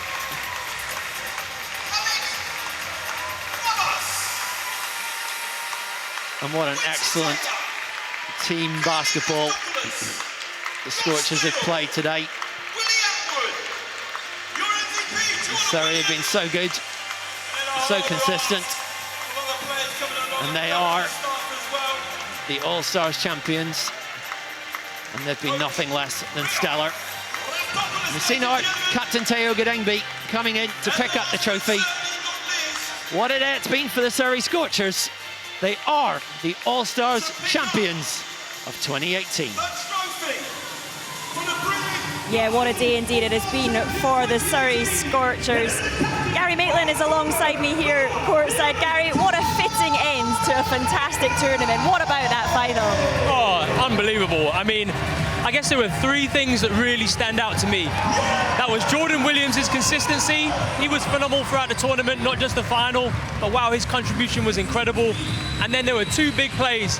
Josh Steele came in with an and-one play, and then Teo Gadengbi hit a three over in the right corner. Fantastic. Yeah, it really was a fantastic performance from them. And no disrespect to Surrey, but not a lot of people would have put them as finalists at the start of the day, but they really have just performed sensationally. Absolutely. I did make the prediction, and I was correct actually, Joe. So, no, well done to Surrey. They deserve that. Yeah, they did indeed. And you can see the scenes here picking up their trophy. You can see actually what it means to the players, and it shows that they are taking this tournament really seriously. Absolutely, and what's been amazing for them has been now, you know, that's an amazing catapult for what happens next, because they've had a slow start in the BBL.